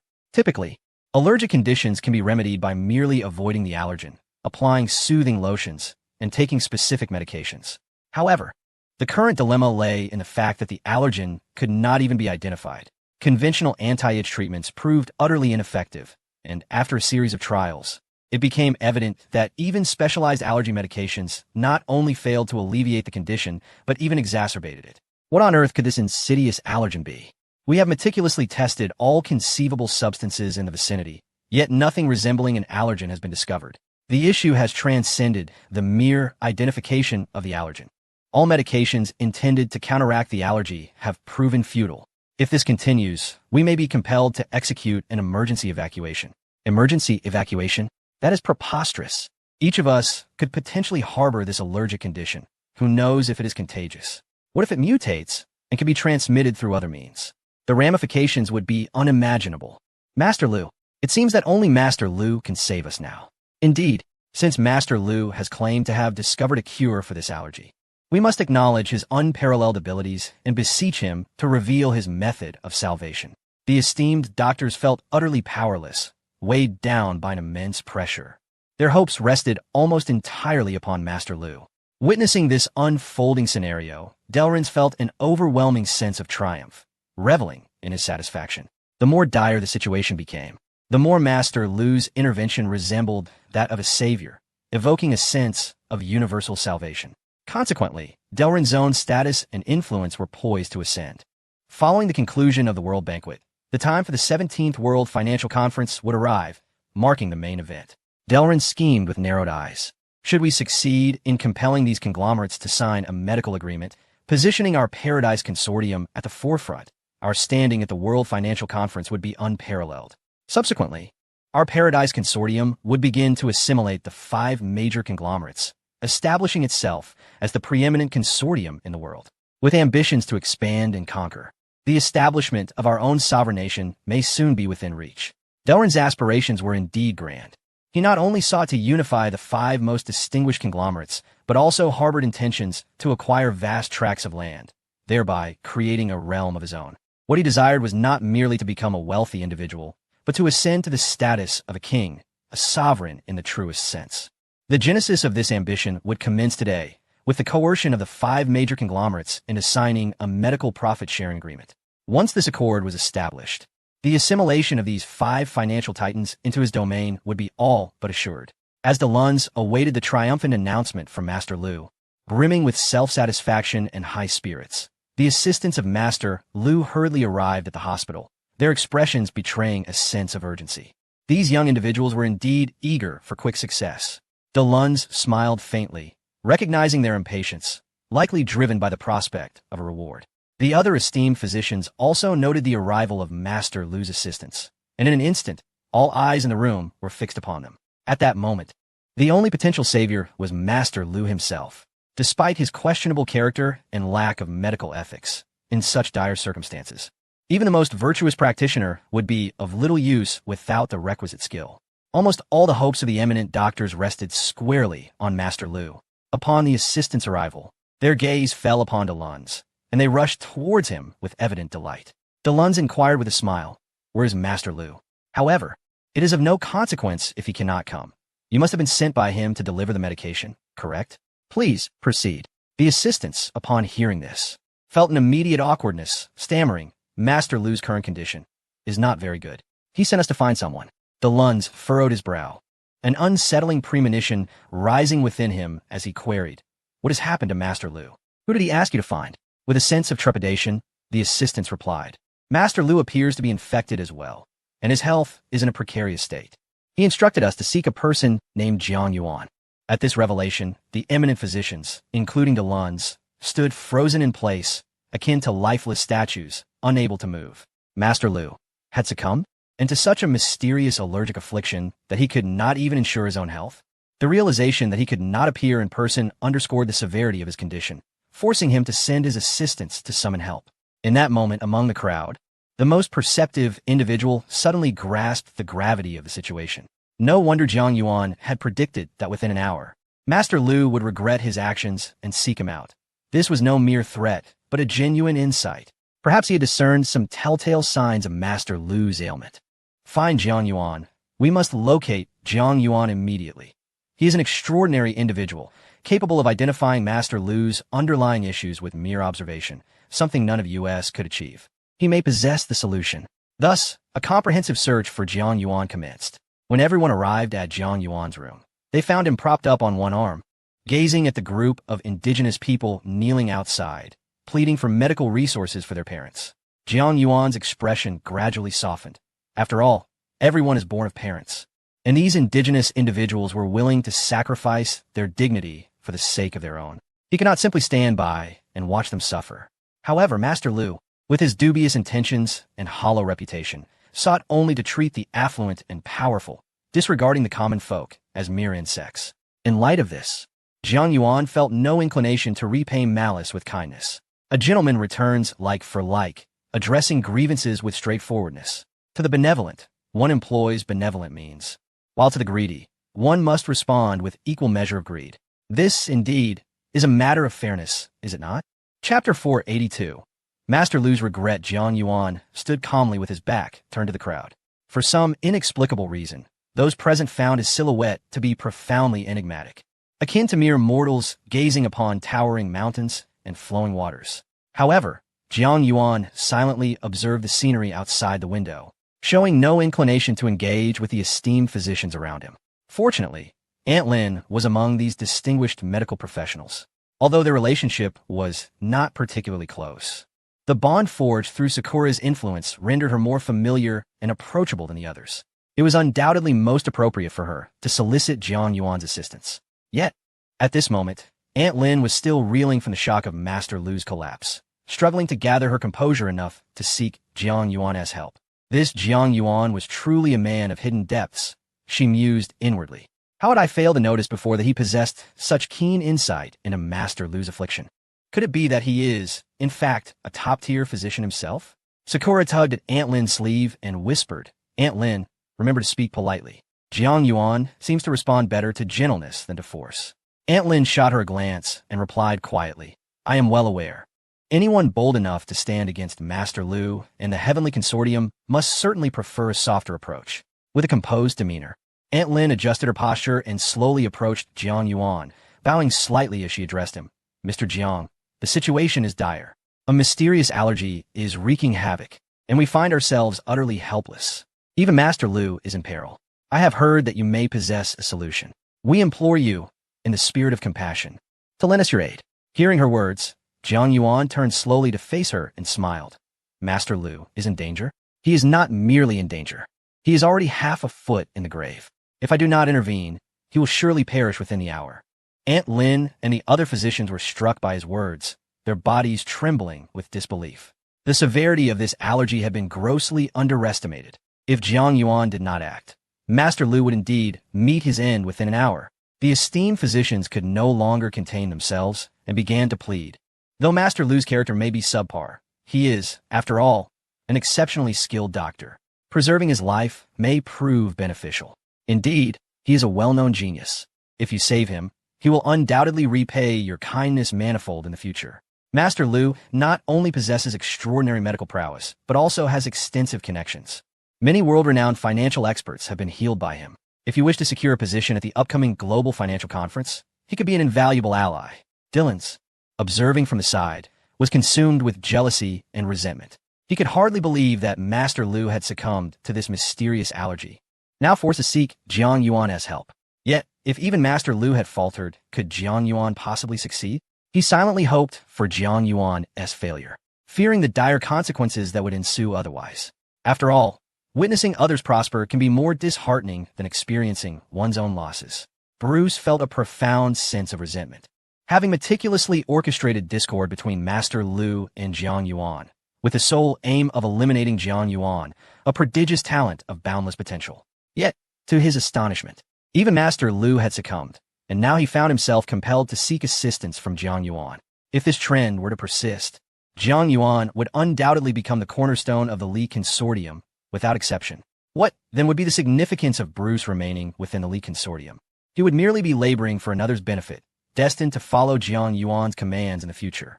As an ancient proverb from the Dragon Kingdom states, a wise bird chooses its roost wisely.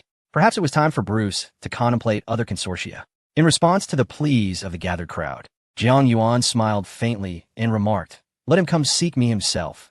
I am under no obligation to make a special trip to treat him. The physicians present exchanged uneasy glances.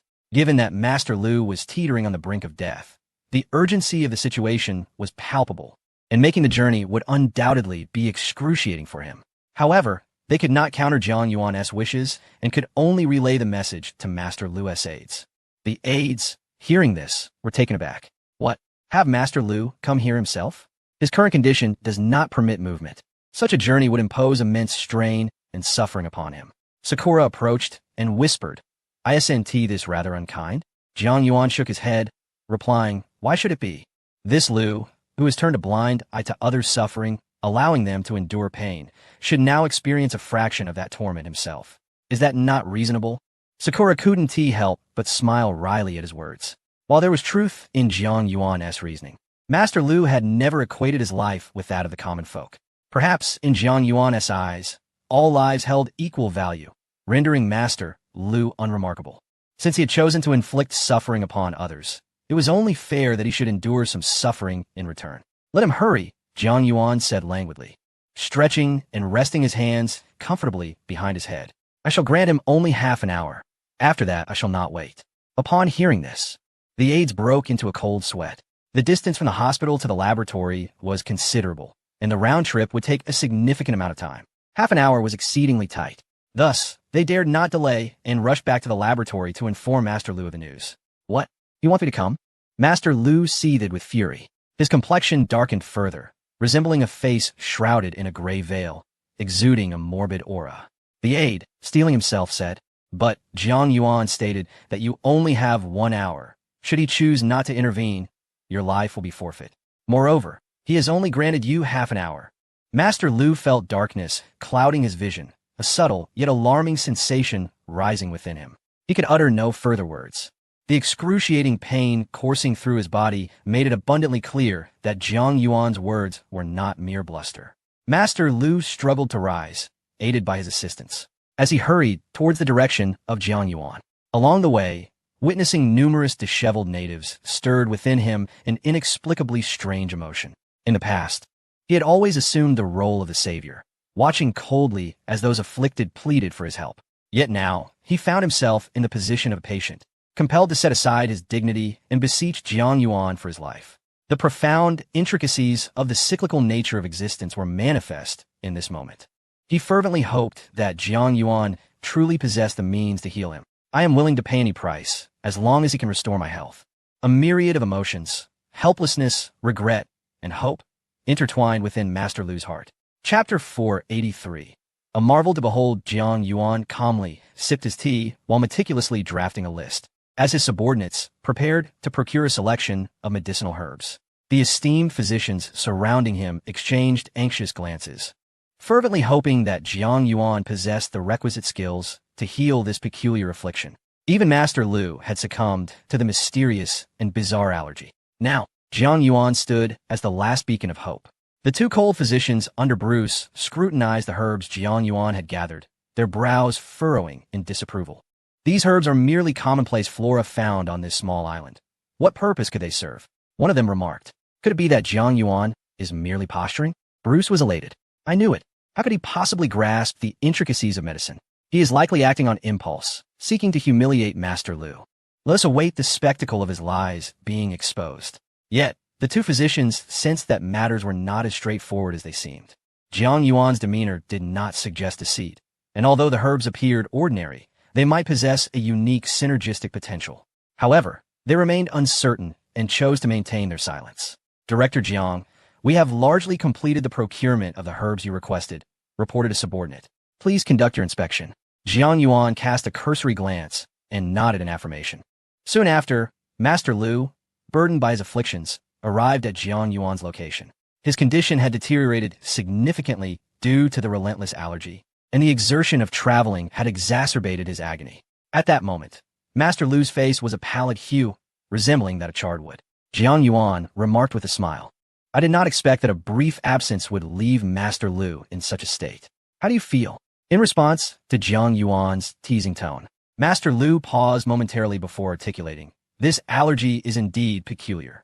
When it strikes, it feels as if vicious fire ants are traversing my body, gnawing at my skin with their mandibles, causing excruciating pain. The gravity of Master Lu's description sent a chill through the hearts of all present. The severity of this affliction was truly alarming. Presently, the source of the allergy remained unknown, leaving them uncertain about its potential infectious nature. The mere thought of contracting this allergy filled many with dread. Jiang Yuan observed, it's not merely pain, is it? Your complexion is ashen, devoid of vitality, and an aura of despondency emanates from you. Clearly, your vital energy has diminished to a critical level, and your bodily functions are likely operating at less than 1/10 of their capacity. Master Lu fell silent, acutely aware that Jiang Yuan's words rang true. If this condition were to persist, he might indeed face death within the hour. While a deficiency of vital energy may seem trivial, a moment's reflection reveals that typical ailments consume one's vitality over the course of weeks. Yet, this allergy rapidly and ruthlessly drained his essence. Undoubtedly, once this allergy manifested, it struck with the swiftness of a predator, relentless and unstoppable. What must you do to save my life? Master Lu finally sighed. State your demands. As long as they are not excessive, everything is negotiable. Upon hearing this, Daluan's composure faltered. Master Lu had genuinely yielded, and how could he, with such a venerable reputation, allow himself to be reduced to a fool? Master Lu was his ace. If he bowed to Jiang Yuan, would he not be rendered a jester? Daluan exclaimed, wait, I doubt Jiang Yuan possesses the ability to save anyone. Why not take advantage of the time we have and let the esteemed doctor's present attempt to treat him? Jiang Yuan leaned back nonchalantly in his chair and chuckled. Daluan, at such a critical juncture, you still cling to your pride? Do you truly believe your predicament is any better than Master Lu's? Daluan was about to scoff dismissively when a disturbing thought suddenly crossed his mind. Had Jiang Yuan previously uttered similar words to him? A chilling realization arose within him, causing a cold sweat to form on his back. Could it be that he too was afflicted by this insidious ailment? Just then, Jiang Yuan's voice, akin to the Grim Reaper's decree, echoed in his ears. You likely have a considerable amount of eczema on your thighs, and there are dark, swollen patches around your knees. If you doubt this, you may check immediately. Daluan's expression stiffened, yet he stubbornly retorted, what nonsense are you spouting? I would never heed the words of a mere boy like you. Jiang Yuan, with a mocking tone, advised, I urge you to contemplate carefully. Can pride truly outweigh your life? You must have found your legs unbearably itchy at night, feeling as though your strength has been inexplicably sapped, correct? Do you truly believe these are mere coincidences? Daluan's pupils constricted sharply. Jiang Yuan's observations resonated with his own condition, which he had dismissed as trivial. Master Lu, unable to contain himself, interjected. These are indeed the precursors to such an illness. You should heed his words and seek treatment promptly, lest you suffer a fate akin to mine. Gazing at Master Lu's haggard visage and recalling the agony he had described, Daluan felt a shiver run down his spine, a chill settling within him. Realizing that his life was at stake, he could always recover his pride, but if he lost his life, nothing would remain. He disregarded his image and hastily rolled up his pant leg. All eyes turned towards him, revealing a chaotic array of red and dark patches scattered across his entire leg. This was precisely as Jiang Yuan had described. His leg was covered in red rashes, with dark, swollen patches around the knee, evidence of a severe ailment. Panic fully enveloped Daluan as he envisioned himself descending into the same dire state as Master Lu, swallowing hard. The onlookers gasped collectively. Jiang Yuan had, through sheer observational prowess, deduced the medical conditions of both Daluan and Master Lu, a feat of remarkable skill. Master Lu, with a heart full of reluctance, remarked, all my mentors have been esteemed foreign professors. Pray tell, from whence have you, a mere junior, acquired such medical skills? To discern the ailments of suspected patients solely through keen observation is something I have neither heard of nor witnessed before. Jiang Yuan coldly retorted. How could the magnificent and ancient heritage of the Dragon Kingdom be comprehended by someone of your sycophantic disposition towards foreign cultures? Master Lu was momentarily rendered speechless by Jiang Yuan's succinct rebuttal. Yet, even if he had retorts to offer, he dared not voice them. His very life now rested solely on Jiang Yuan's whims, leaving him no choice but to acquiesce. Chapter 484. The Cycle of Cause and Effect. Jiang Yuan's gaze was piercing, his eyes seemingly transformed into twin suns, rendering them difficult to behold. Master Lu understood that anyone capable of discerning one's physical condition and ailments merely through insight likely possessed extraordinary medical skills. Now, at the precipice between life and death, Master Lu chose to confront reality. He bowed his proud head and adopted a submissive posture, saying, Jiang Yuan, our previous disagreements were but trivial disputes, devoid of deep-seated enmity. Given my current dire situation, I implore you to prioritize the greater good and save my life. The onlookers were struck into silence by Master Lu's unexpected humility. This was a man who had recently exuded an air of dominion in the realm of medicine, now reduced to a pitiful figure akin to a wounded dog, pleading for Jiang Yuan's assistance. The terror of mortality indeed loomed large. All pride, glory, and wealth appeared utterly trivial and powerless in the face of life as fragility. The instinct to cling to life is, after all, a quintessential aspect of human nature. Yet, harboring animosity toward malice is equally human. Though Master Lu presently seemed feeble and pitiable, resembling one with one foot in the grave, he had earlier boasted arrogantly, dismissing the pleas of those impoverished souls seeking treatment. Can one truly expect compassion from those who disregard the lives of others, possessing the means, yet choosing to let them perish? Human hearts are made of flesh. In reflecting upon one's own sentiments, it is perhaps not so simple to extend aid to Master Lu. What of Jiang Yuan? Would he choose to assist Master Lu? All eyes turned towards him, awaiting his response. Suddenly, Jiang Yuan laughed, patting Master Lu on the shoulder and scoffing. Do you consider yourself so superior, viewing others with disdain? Have you ever contemplated that one day you might endure the same suffering and anxiety as those you scorn? Master Lu candidly replied, I had not considered that. Jiang Yuan pressed, why not? Master Lu responded calmly, they are ordinary people, and I treat them as such. If I were overly kind, they would fail to appreciate it. There is an ancient saying, a grain of kindness can lead to a stone of resentment, which captures this sentiment perfectly. Jiang Yuan retorted, so you believe yourself to be above others, deserving of distinguished treatment? Your notion of prioritizing the greater good aligns with this, does it not? Master Lu fell silent for a moment before replying, indeed, the current situation here is grim. Individuals like myself, skilled in the art of healing, represent immense value. I hope you will consider the bigger picture and save my life first. Upon hearing this, the crowd nodded in agreement. The circumstances on the island were urgent, and each additional healthcare worker represented a significant boon, especially one as rare as Master Lu. Yet Jiang Yuan coldly remarked, do you truly believe yourself to be of such consequence? Throughout history, countless talented individuals have existed, contributing quietly without the arrogance you display. Do you think that without you, I would be at a loss? You disdain these indigenous people, believing their parents unworthy of your medical attention, presuming their lives and deaths lie within your grasp. Yet, the tides have turned. If you wish to survive, you must secure their consent. Master Lu, taken aback, inquired, what do you mean by this? Jiang Yuan replied with a cold smile, your life is no longer in my hands, but rather in those of the locals. Since they have knelt before you, pleading for your assistance for their parents, it is only fitting that you kneel before them, beseeching for your own salvation. Otherwise, I assure you, I cannot save you. Master Lu felt his face flush with indignation. Who was he? A seasoned warrior, he had saved countless esteemed lives, many viewing him as a savior, a benefactor. Yet today, he was to bow before a mere gathering of impoverished natives? Though the instinct for self-preservation stirred within him, his pride ultimately prevented him from performing such an act. The onlookers were equally astonished. While they had anticipated Jiang Yuan would impose conditions, they were unprepared for the severity of this demand. For the common man, wealth is undoubtedly paramount. But beyond wealth, there lies the significance of honor, especially for someone like Master Lu, who had long since ceased to regard riches as of utmost importance. For a man of his stature, age, and reputation, the preservation of face often eclipsed even the value of life itself. Sakura discreetly approached Jiang Yuan, expressing her concern. This condition is excessively harsh. Perhaps you might consider an alternative? Forcing someone like Master Lu to kneel before the natives would be a humiliation greater than death itself. Besides, you harbor no deep-seated enmity towards him. Why resort to such measures?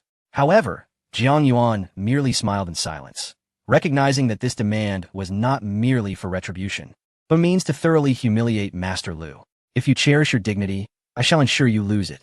This would instill fear and anxiety within him, compelling him to acknowledge his waning authority. Moreover, as Master Lu hailed from the faction of Dillons, subjecting a member of the Heavenly Consortium to such disgrace would significantly undermine its credibility, thus jeopardizing the prospects of a medical agreement. Additionally, Jiang Yuan harbored a genuine disdain for individuals who held themselves in such high regard, treating lives as mere trifles. The natives were willing to forsake their dignity, kneeling in earnest to plead for assistance for their parents. Why then could Master Lu not similarly relinquish his pride and kneel for his own life? In this world, all are born free. Who dares to elevate themselves above others? Jiang Yuan calmly remarked, allow me to remind you, your willingness to kneel is one matter. The locals' willingness to save you is another. Should time elapse, exacerbating your condition, the responsibility lies solely with you and does not concern me. Master Lu trembled at these words. Even if he were to kneel now, it was unlikely that the indigenous people would possess the compassion to forgive him so readily. In considering their plight, he had previously turned a blind eye to their suffering. It was likely they would now reciprocate his indifference. Master Lu, consumed by mounting dread, found his vitality waning to a perilous low. It felt as if a blaze raged within his chest, spreading throughout his body, undeniably heralding an ominous omen. As a renowned physician, Master Lu comprehended the gravity of his predicament. Should time continue to elapse, he would be beyond salvation. Even the most skilled healer would be powerless to remedy his plight. In the face of life and death, fear ultimately triumphed over all else. With a resounding thud, Master Lu bent low, kneeling before the natives, resembling a condemned prisoner, delirious with anguish. Diluan's heart ached as he witnessed this humiliation inflicted upon the esteemed master he had so desperately sought to bring forth, leaving his pride utterly shattered. Chapter 485. The lion's demand. Jiang Yuan clapped his hands and chuckled. Very well. Now let us see if others are willing to forgive you. As he spoke, he cast a sidelong glance at Diluan Si. At that moment, Diluan Si's face was flushed, his eyes bloodshot, clearly overwhelmed by a mixture of shame and fury. This was precisely the outcome Jiang Yuan desired. Anger would lead to a loss of composure, throwing his opponent into disarray. Throughout history, the greatest fear in warfare has not been the strength of the enemy, but whether one's own commander can maintain their calm. Once composure is lost, one is easily ensnared by the adversary's traps, leading to irreparable consequences. This grand world banquet, ostensibly a mere gathering of affluent families, was in fact a confrontation among the 5 major financial conglomerates. As a sworn enemy of the Paradise Consortium and currently serving the Li Consortium, Jiang Yuan's foremost intention was to significantly undermine the power of the Paradise Consortium. If the arrogant Master Lu were to wield unchecked authority here, it would surely pave the way for the Paradise Consortium to ascend to dominance over the 5 conglomerates. The ancients wisely remarked on the importance of preemptive measures, suggesting that the sagacious often perceive signs of impending misfortune before it occurs and act to avert the escalation. In contrast, ordinary individuals typically only realize their folly after calamity strikes, often too late to rectify the situation. Jiang Yuan, having absorbed the invaluable lessons of his ancestors, recognized the significance of foresight. Thus, he resolved to extinguish the aspirations of the Paradise Consortium at their inception. The strategy employed by the Paradise Consortium was cunning, blending benevolence with tyranny.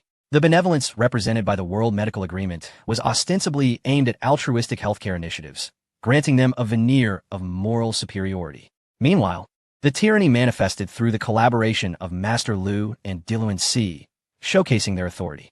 Jiang Yuan understood that he could not challenge the benevolent aspect, as altering the moral high ground was no simple task.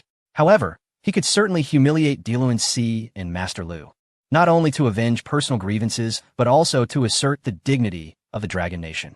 Since Diluan Si sought to establish authority through the humiliation of others, Jiang Yuan was more than willing to return the favor, thus aligning with the moral justification he sought. As anticipated, upon witnessing Master Lu kneeling, the members of the 5 major conglomerates were overtaken by a wave of intense disbelief and trepidation. The sight of Master Lu, a figure once revered and idolized, submitting to Jiang Yuan was almost inconceivable. Though he had predicted this moment would come, witnessing it firsthand was still jarring. After all, this was Master Lu, a paragon of medical prowess, now seemingly cowed by the fear of death. Indeed, no matter how formidable a medical master may be, they remain but a mortal being, susceptible to the primal fear of mortality. Yet, Jiang Yuan had undeniably stolen the spotlight, subjecting the Paradise Consortium to such humiliation that it was likely no one among the 5 conglomerates would remain unaware of the name Jiang Yuan in the future. Fortune and misfortune are intertwined. This storm that Jiang Yuan has stirred up undoubtedly signifies that there remains no room for reconciliation between him and the Heavenly Consortium. It now rests upon the strength of one's abilities and the sharpness of one's intellect. The outcome of this rivalry remains shrouded in uncertainty. Many gazed intently at Jiang Yuan, as if imprinting his visage onto their very souls. They understood that within the impending conflict among the 5 paramount consortia, a formidable new warrior, Jiang Yuan, would emerge. The discord among these consortia is destined to be irreconcilable. Despite the possibility of temporary alliances, ultimately, only one consortium can prevail. devouring the assets of the others in its wake. Numerous individuals secretly prepared for the challenge, eager to engage Jiang Yuan, whether in cunning or in strength. Their spirits ablaze with enthusiasm. Although Delance serves as the deputy leader of the Heavenly Consortium, he perhaps underestimated Jiang Yuan, leading to his lack of careful planning. Otherwise, he would not have suffered such a significant setback at Jiang Yuan's hands. Moreover, in the realm of medical prowess, it is evident that the other consortia lag behind the Heavenly Consortium, yet each possesses its own areas of expertise, equally formidable in their respective domains. Crucially, Jiang Yuan is merely a member of the Li Consortium, a consortium long associated with the Dragon Kingdom that has languished in weakness. Even if Jiang Yuan possesses extraordinary abilities, victory is not guaranteed. Just as the brilliance shone in the eyes of the onlookers, Jiang Yuan approached Master Lu with a cheerful demeanor, patting him on the shoulder. Master Lu, begrudgingly, stated, "I have followed your instructions. You should save me." Jiang Yuan replied with a smile, "You have indeed been obedient, but whether the locals will forgive you remains uncertain." Upon hearing this, Master Lu, feeling ashamed, gestured toward the group of natives. The natives, embodying a simple and sincere nature, though somewhat bewildered by the unfolding events, felt a surge of compassion upon witnessing Master Lu kneel, especially given his apparent frailty. After all, their own parents shared a similar plight, and they naturally empathized with Master Lu's predicament. Nonetheless, there were also many among the natives who wore expressions of indignation, clearly unwilling to pardon the man who had previously abandoned them in their time of need and even insulted them. Master Lu muttered, "Most of them are willing to save me. You ought to fulfill your promise." Jiang Yuan replied with a grin, "But there remain a few who are unwilling to assist you. What do you propose we do about that?"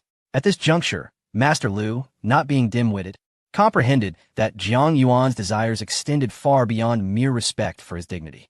With a sigh, he conceded, "State your demands directly. My life now lies in your hands, and I am open to negotiation." Jiang Yuan clapped his hands in admiration, exclaiming, "Clever, very clever. Engaging in conversation with an astute individual is indeed effortless. Though you may be irksome, you are certainly no fool." Master Lu sighed, expressing his gratitude for the compliment, yet remarked, "However, you must act with haste, for I fear I may not endure much longer." Jiang Yuan chuckled, "The solution is simple. Since I am your savior, you shall serve as my apprentice for 3 years, at my beck and call, and in addition, you will bestow upon me 3 gifts. Only then shall I be inclined to extend my hand to rescue you." Master Lu, upon hearing this, felt as though his very lungs might burst from indignation. Not only was he to become the subordinate of this young man, but he was also expected to offer 3 gifts? Given Jiang Yuan's character, it seemed utterly implausible that he would relent without making such exorbitant demands. Chapter 486. A cruel mockery. The brazen demands of Jiang Yuan undoubtedly stirred a profound sense of humiliation within Master Lu. Yet, after a moment of intense internal struggle, he gradually succumbed to his fate, relaxing his clenched fists. With a wry smile, he acknowledged the harsh reality. He possessed no choice, merely a piece of flesh on another's chopping block, subject to the whims of others. Regardless of his reluctance or the unreasonable nature of Jiang Yuan's requests, he had no option but to accept his destiny with composure.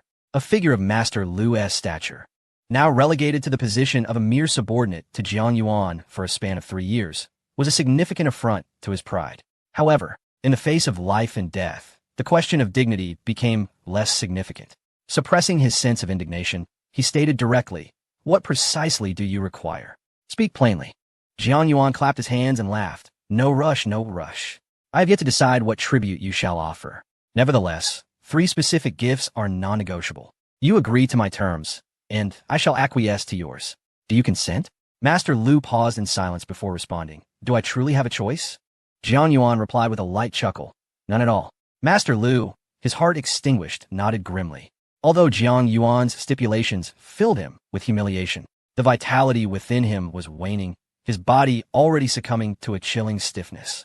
He understood all too well that this was the harbinger of death, a sensation familiar to those on the brink of demise. Darrence could not bear the outcome, urgently imploring, "Master Lu, you are a renowned physician. Can you truly acquiesce to this impudent youth's demands?" Master Lu shook his head, rendered speechless. He neither wished to articulate his thoughts, nor did his body permit him to do so.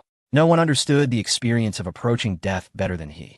Death in itself is not particularly terrifying, Rather, it is the agonizing wait for death that instills true dread.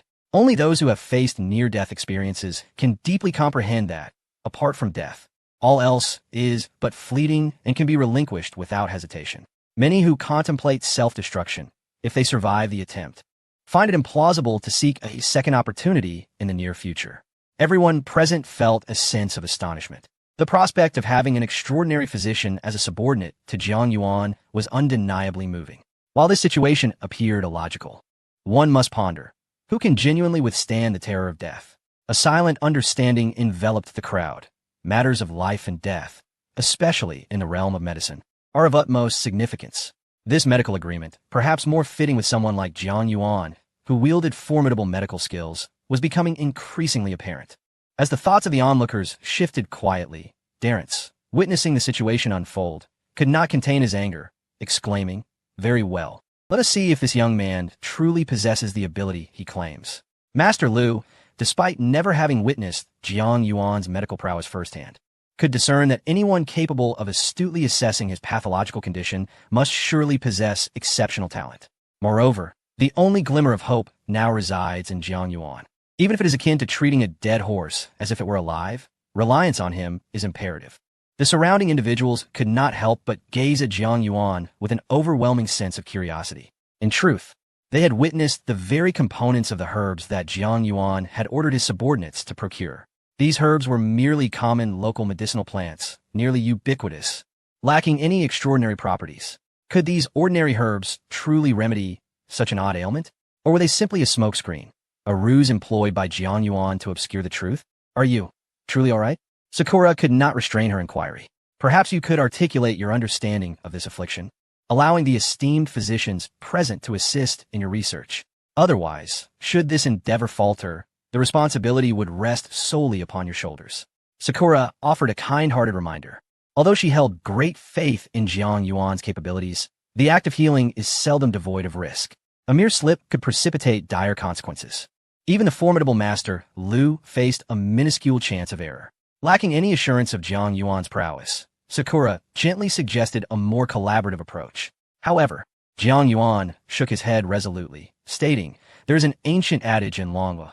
Those of true virtue do not conform to the mundane. Those who achieve great success do not deliberate with the masses. The meaning is clear.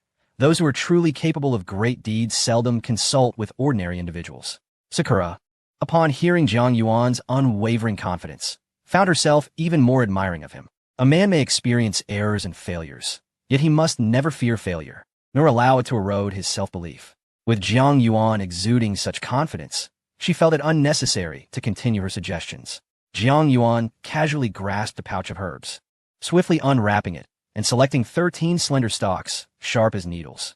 The unique herbs native to this small island possessed a particularly unusual shape, with naturally pointed tips resembling fine needles, even without deliberate sharpening.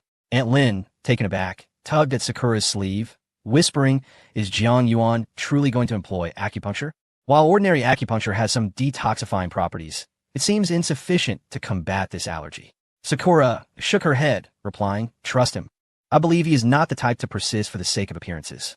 Jiang Yuan adeptly grasped 3 of the herbal needles and quickly administered acupuncture at several key meridians on Master Lu's body. Initially perplexed, Master Lu soon felt a wave of warmth radiating from his meridians. Indeed, he exclaimed in realization.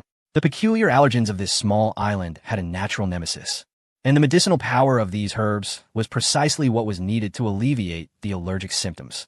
Within a mere 20 minutes, Master Lu felt revitalized, his body brimming with renewed vigor and vitality.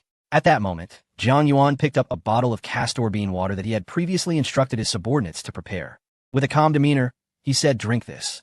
Master Lu, at that instant, exhibited no resistance to Jiang Yuan's words, transforming entirely into a puppet, obedient to his commands. Remarkably, within less than half an hour, through Jiang Yuan's extraordinary methods, Lu's condition experienced a significant improvement. However, after consuming the castor bean water, Lu's expression contorted as he hurriedly made his way to the restroom. Sakura approached Jiang Yuan, her curiosity piqued, and inquired, "Is that herbal needle the natural nemesis of this ailment?" Jiang Yuan replied, "Indeed." "Then what is the role of the castor bean?" Is it meant to assist in detoxification? Sakura asked in astonishment. Not quite, Jiang Yuan replied with a mischievous smile. The castor bean serves no real purpose. It is merely a playful trick on him. Quite amusing. Wouldn't you agree? Chapter 487. The urgency of Diluent Jiang Yuan's words, laced with a hint of mockery, left Ingyang momentarily taken aback. Not far away, Li Jiqing also registered a flicker of surprise upon hearing Jiang Yuan's remarks, and soon both women involuntarily shuddered, silently vowing never to offend him. The mere thought of the poisonous Bado water was enough to instill fear, particularly considering the quantity that Master Lu had just consumed, which seemed sufficient to fill an entire pot. Sure enough, after a full hour had elapsed, Master Lu, who appeared visibly dehydrated, with cramping thighs and a back drenched in sweat, re-entered the collective gaze of the crowd.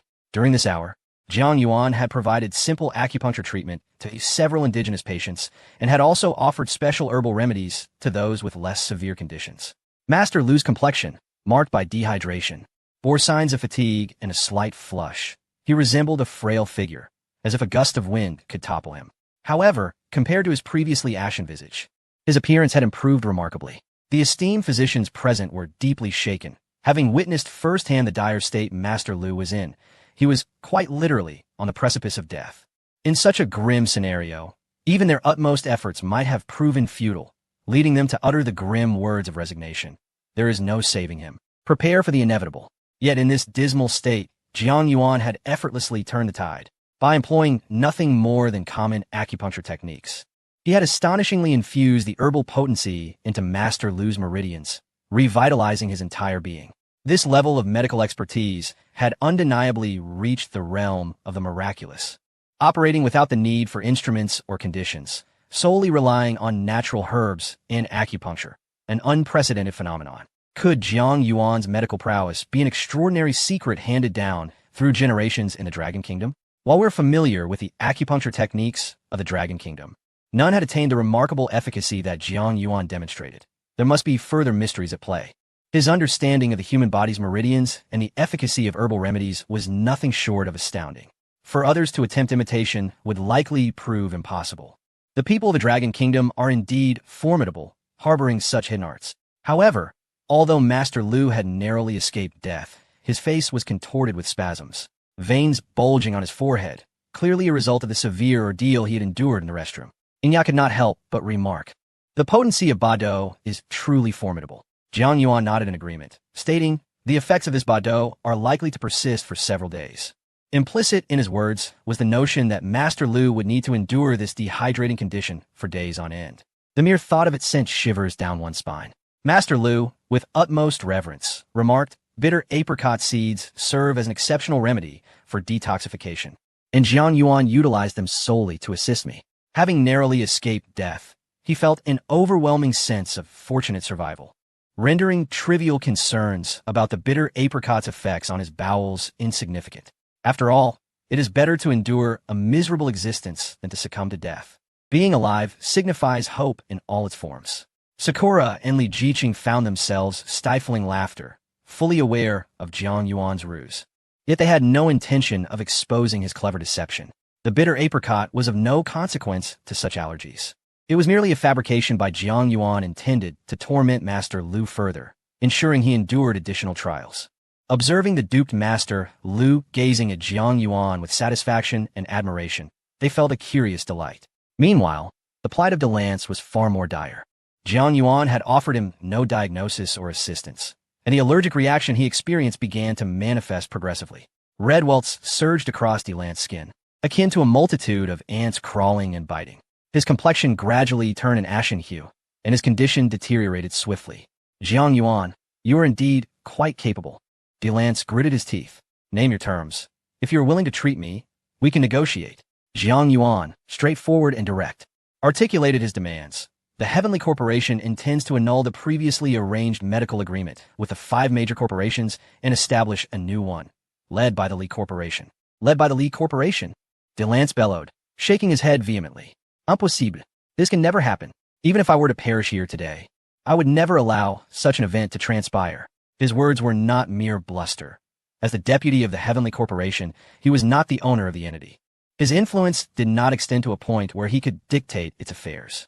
Should the board of the Heavenly Corporation learn of his intention to invalidate the medical agreement and elevate the Li Corporation, he would undoubtedly be ousted from his position of power. The onlookers were taken aback upon hearing Jiang Yuan's demands, recognizing that they bore an uncanny resemblance to outright robbery. An agreement led by the Li Corporation effectively meant that the former leader, the Heavenly Corporation, would have been feasting while others were left with mere scraps. The roles now reversed. It was the Li Corporation that would dine lavishly, leaving others to sip the broth, with some even deprived of that privilege. The Heavenly Corporation will never acquiesce to such terms, DeLance asserted resolutely.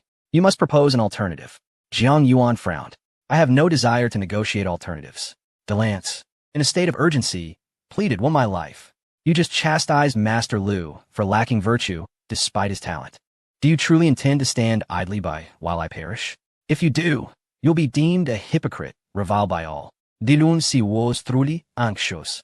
It seemed that Jiang Yuan genuinely intended to stand idly by, allowing his fate to be tossed about by the elements. In a moment of desperation, he summoned all his rhetorical prowess, engaging in a verbal duel with fervor. Little did he expect Jiang Yuan to merely shrug and respond with a smile. Master Lu's indifference to the plight of those simple and kind-hearted folk is undoubtedly a sign of talent devoid of virtue. As for my refusal to assist someone of your predatory nature, that is merely a righteous act in accordance with heaven's will. Upon hearing Jiang Yuan's description of him as a predator that leaves no bones behind, those present wholeheartedly agreed. Di Luanxi's ruthless demeanor and his relentless pursuit of gain made this characterization strikingly apparent. Chapter 488. The Hidden Treasure. Jiang Yuan's proposal was met with a swift and resolute refusal from Dillon's. Consequently, Jiang Yuan declined to offer any medical assistance. Deep down, Dillon's understood that even if he agreed to Jiang Yuan's terms today to preserve his own life, upon returning to the Paradise Consortium, he would inevitably face the unrelenting wrath of the board members. The torment of such a fate could not merely be described as death. It would be a fate worse than death itself. Rather than endure such excruciating suffering at the hands of the board, a swift demise here seemed far more appealing. In that moment, no resolution was reached between Jiang Yuan and Dillon's. However, Dillon's phone suddenly rang, displaying a video call request from the shadow. Dillon's expression changed drastically as he hurried to a secluded spot to answer the call. Just as he was about to offer an explanation, the shadow spoke first. "Agree to his terms," the shadow stated calmly. Dillon's, in a frenzy, responded, "But do not worry. The people of the Dragon Nation cannot stir significant trouble. Allow them a brief moment of pride," the shadow reassured him. "Although we have invested considerable effort in the medical sector, once we have dealt with the Li Consortium and these Dragon Nation individuals, everything will naturally return to us. Focus on preparing for the financial conference. That is our immediate priority. I have secured Miss Lingin's support, and once we obtain the conference, we shall swiftly reclaim what we have lost." Upon hearing the shadow's words, Dillon's felt a surge of hope. With Miss Lingin's backing, securing the financial conference seemed almost guaranteed. Although the Dillon's family wielded considerable power, the Eric family behind Miss Lingin was an even more formidable force. Very well, let Jiang Yuan bask in his fleeting triumph for a few more days. Dillon's thought to himself, what was lost today would inevitably be reclaimed. It was merely in Jiang Yuan's possession temporarily. Having resolved his thoughts, Dillon's, with his frail body, shakily returned to Jiang Yuan's side. "I can comply with your demands," he stated, "but you must ensure my safety." Jiang Yuan smiled. What prompted such a swift change of heart? Furious, Dillon's retorted, "I am not afraid to tell you openly, Jiang Yuan, misfortune is soon to befall you. Even if you secure this medical agreement, what of it? We shall reclaim what is rightfully ours." Noting Dillon's continued provocation, Jiang Yuan raised an eyebrow. Sakura, observing the exchange, silently mused that Dillon's had woefully misjudged Jiang Yuan's character. Jiang Yuan was one who thrived on respect and reciprocity. Courtesy would be met with courtesy, but malicious provocation would be met with a fierce reprisal. Coldly, Jiang Yuan replied, "Since I am to face impending peril, why not extend that peril to you as well?" A chill coursed through Di Luanxi's heart as he retorted, "What do you intend to do?" Jiang Yuan chuckled softly, grasping a syringe and promptly administering a jab to Di Luanxi. As the procedure unfolded, Di Luanxi felt a modicum of reassurance. Jiang Yuan's technique mirrored that employed while treating Master Lu. It seemed that even if he wished to unleash his fury, it would have to wait until after his own treatment. However, it soon became apparent to Di Luanxi that something was amiss. His limbs began to lose their autonomy during the process. Jiang Yuan whispered conspiratorially in his ear, "I shall temporarily withdraw the sensation from your extremities. When you are ready to apologize with a gift, and my mood improves, I may consider restoring it." Di Luanxi was seized by a mix of shock and indignation. Resisting, "You cannot do this. Are you not afraid of the repercussions?" Jiang Yuan merely smiled. "Do you truly believe anyone here would speak on your behalf? Even if they did, any minor oversight on my part during this medical procedure would hardly implicate me. After all, without my intervention, you would have surely lost your life." Di Luanxi's heart trembled violently. He recognized the gravity in Jiang Yuan's tone, which was far from mere intimidation. Regret washed over him. Had he known better, he would not have provoked this audacious young man, whose heart was undeniably ruthless. It is often said that a fleeting moment of bravado can bring fleeting pleasure. Yet it is a perilous game when misdirected. Jiang Yuan had skillfully alleviated the threat to Di Luanxi's life, but concurrently rendered his limbs devoid of sensation, transforming him into a mere shadow of his former self. Upon returning to the Paradise Consortium, he would likely face demotion and diminished prospects for reinstatement, as he was a senior member of the organization, serving as a deputy under the true leader and board of directors.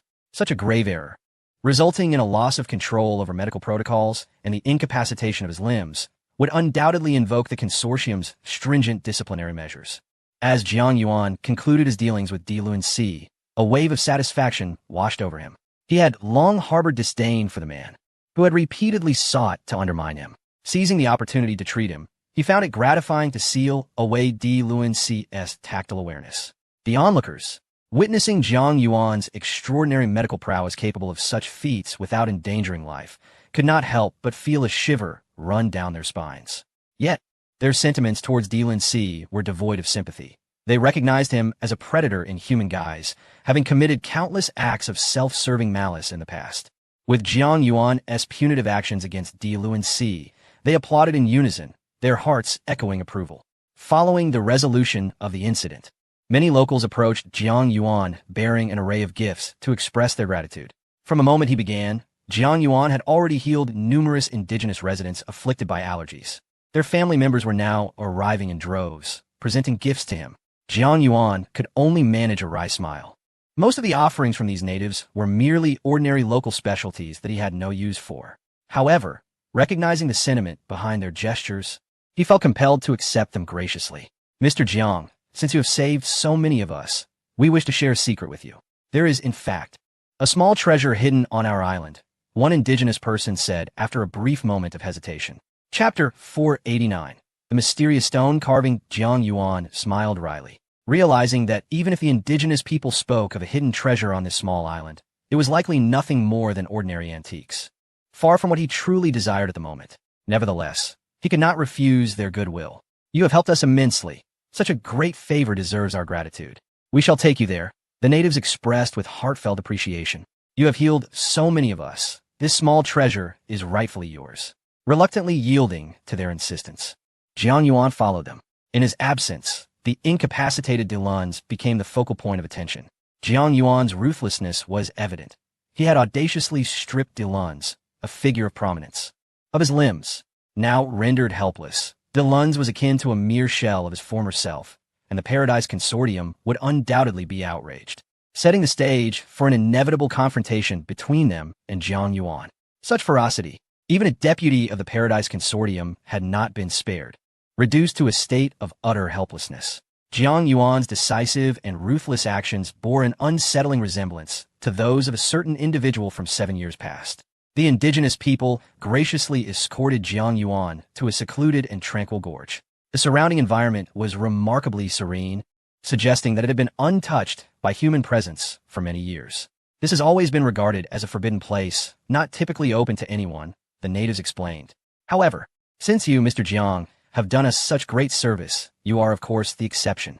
Jiang Yuan gazed into their sincere eyes and listened to their earnest words, a bitter smile creeping across his face. He truly found it hard to believe that such a small island could conceal any remarkable treasure.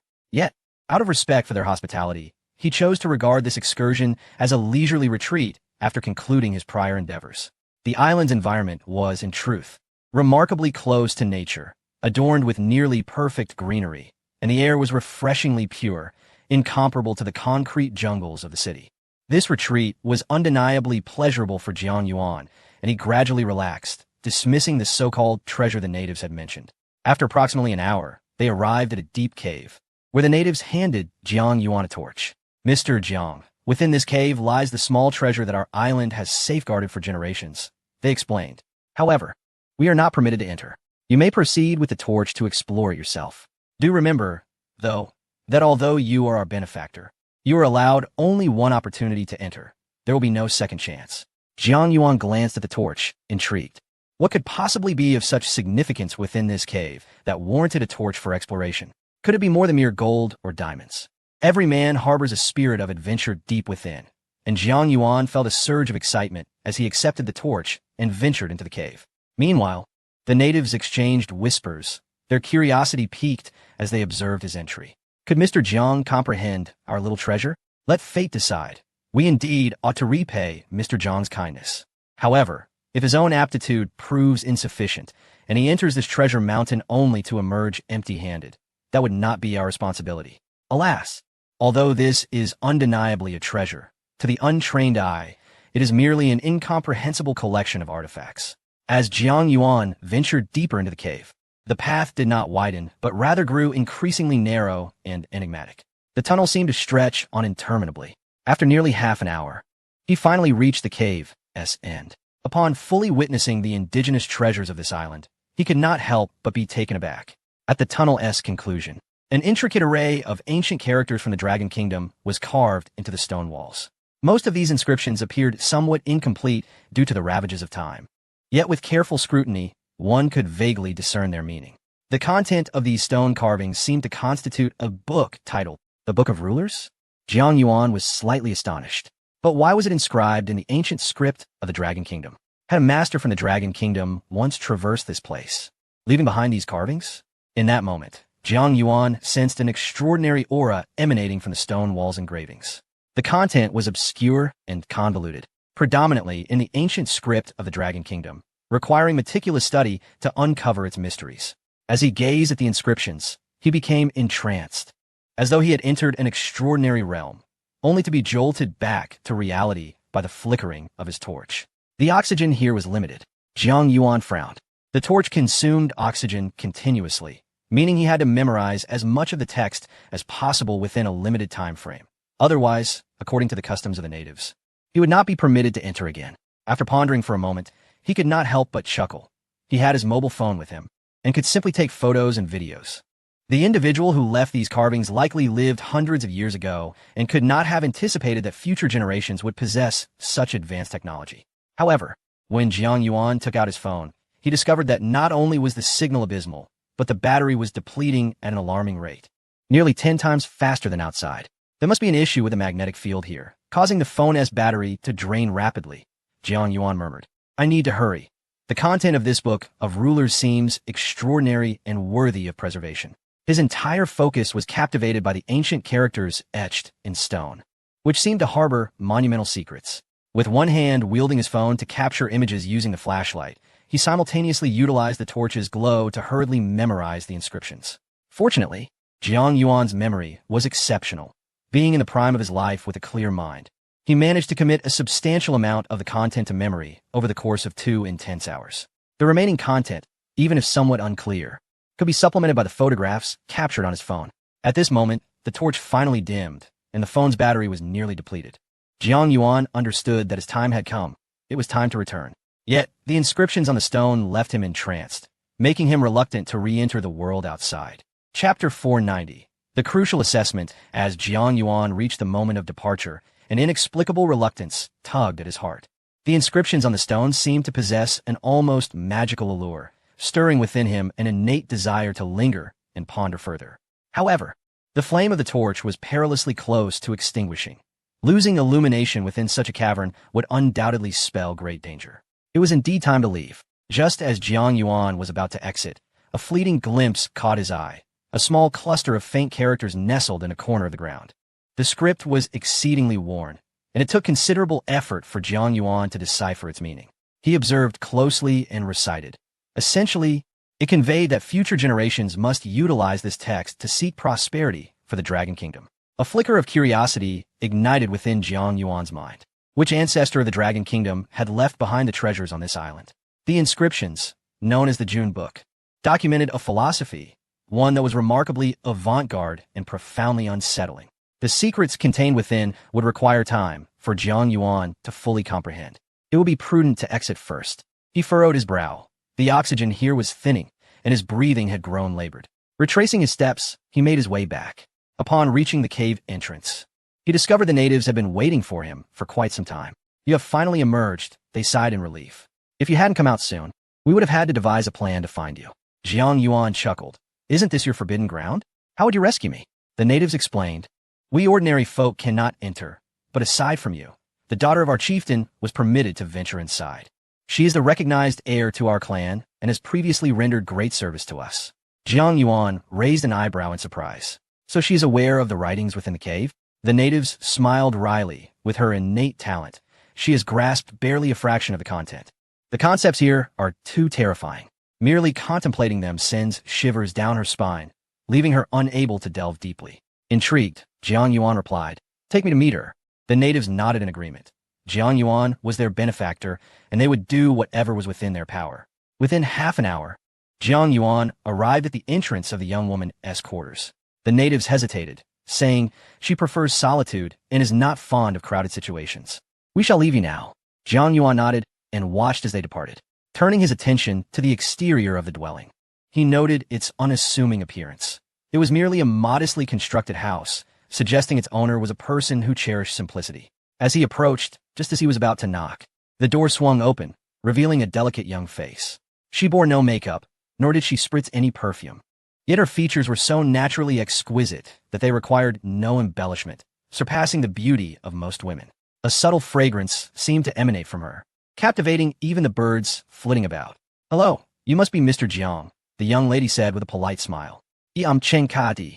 It is a pleasure to meet you for the first time, and I must express my gratitude for your assistance in saving many villagers on our island." Jiang Yuan smiled and replied, "It seems you knew I would come and find you?" Chang Xie Dai nodded, saying, "Since you have already viewed the carvings within the cave, it is only natural you would seek me out." Jiang Yuan, with earnestness, inquired, "Since you understand my purpose, can you elucidate my doubts? What exactly is Junshu, and who left it behind?" Chang Xie Dai smiled politely and said, "Please come in.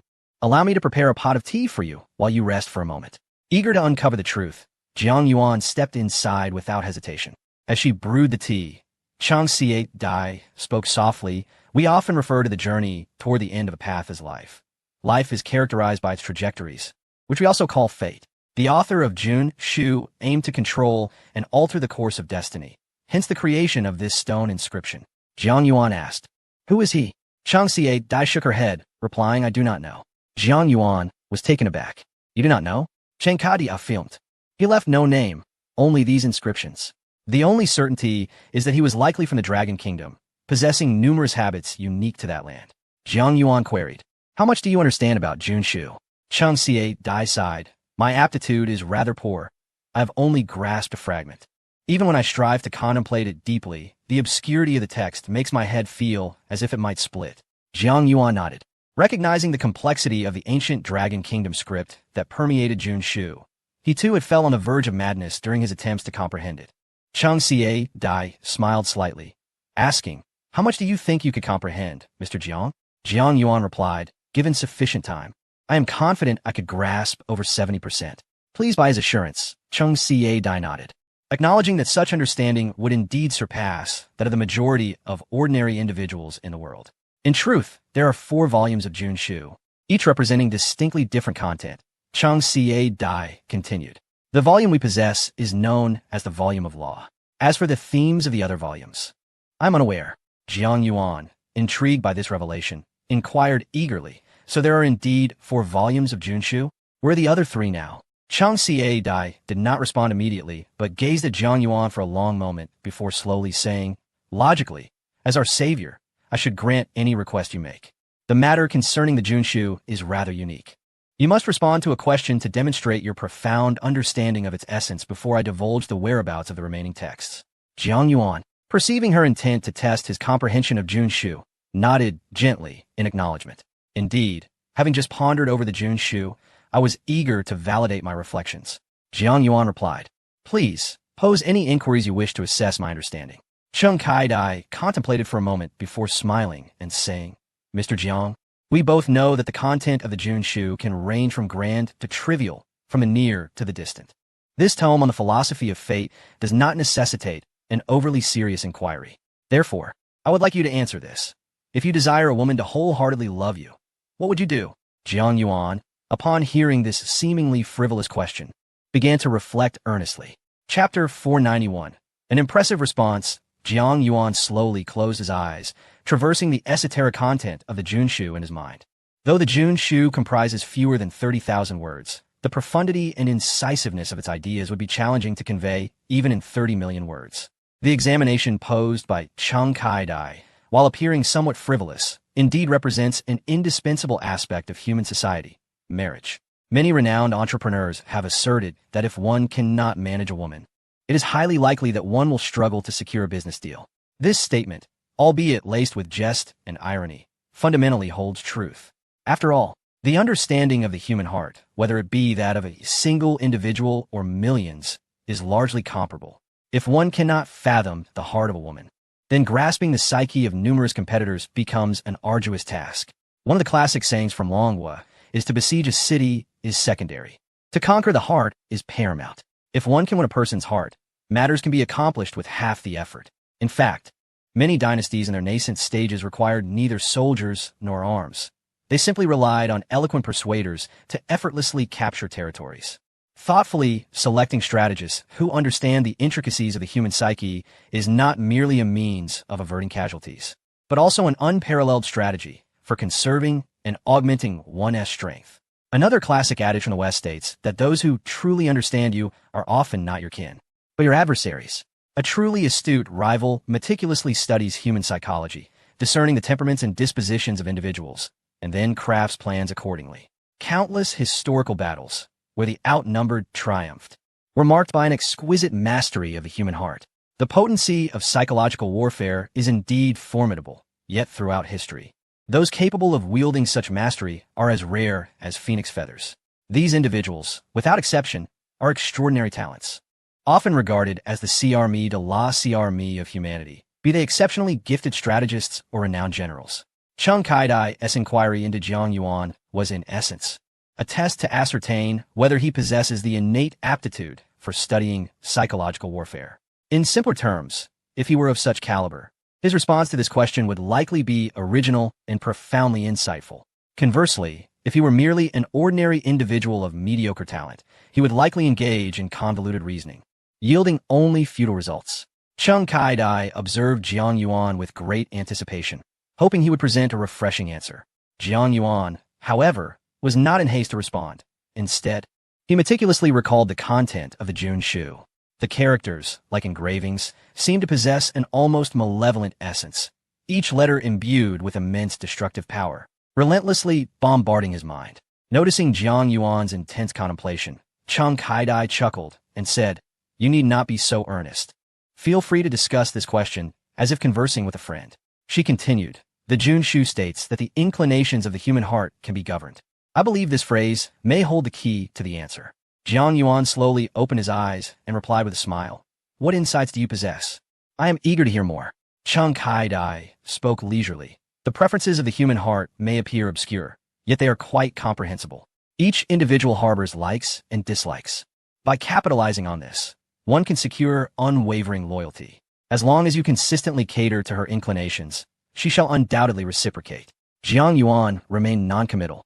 Yet it was evident that every young man comprehends the necessity of appealing to a woman's tastes when pursuing her, a strategy that is invariably effective. For instance, if a girl adores a particular renowned singer, one might bestow upon her an album or a poster of that artist.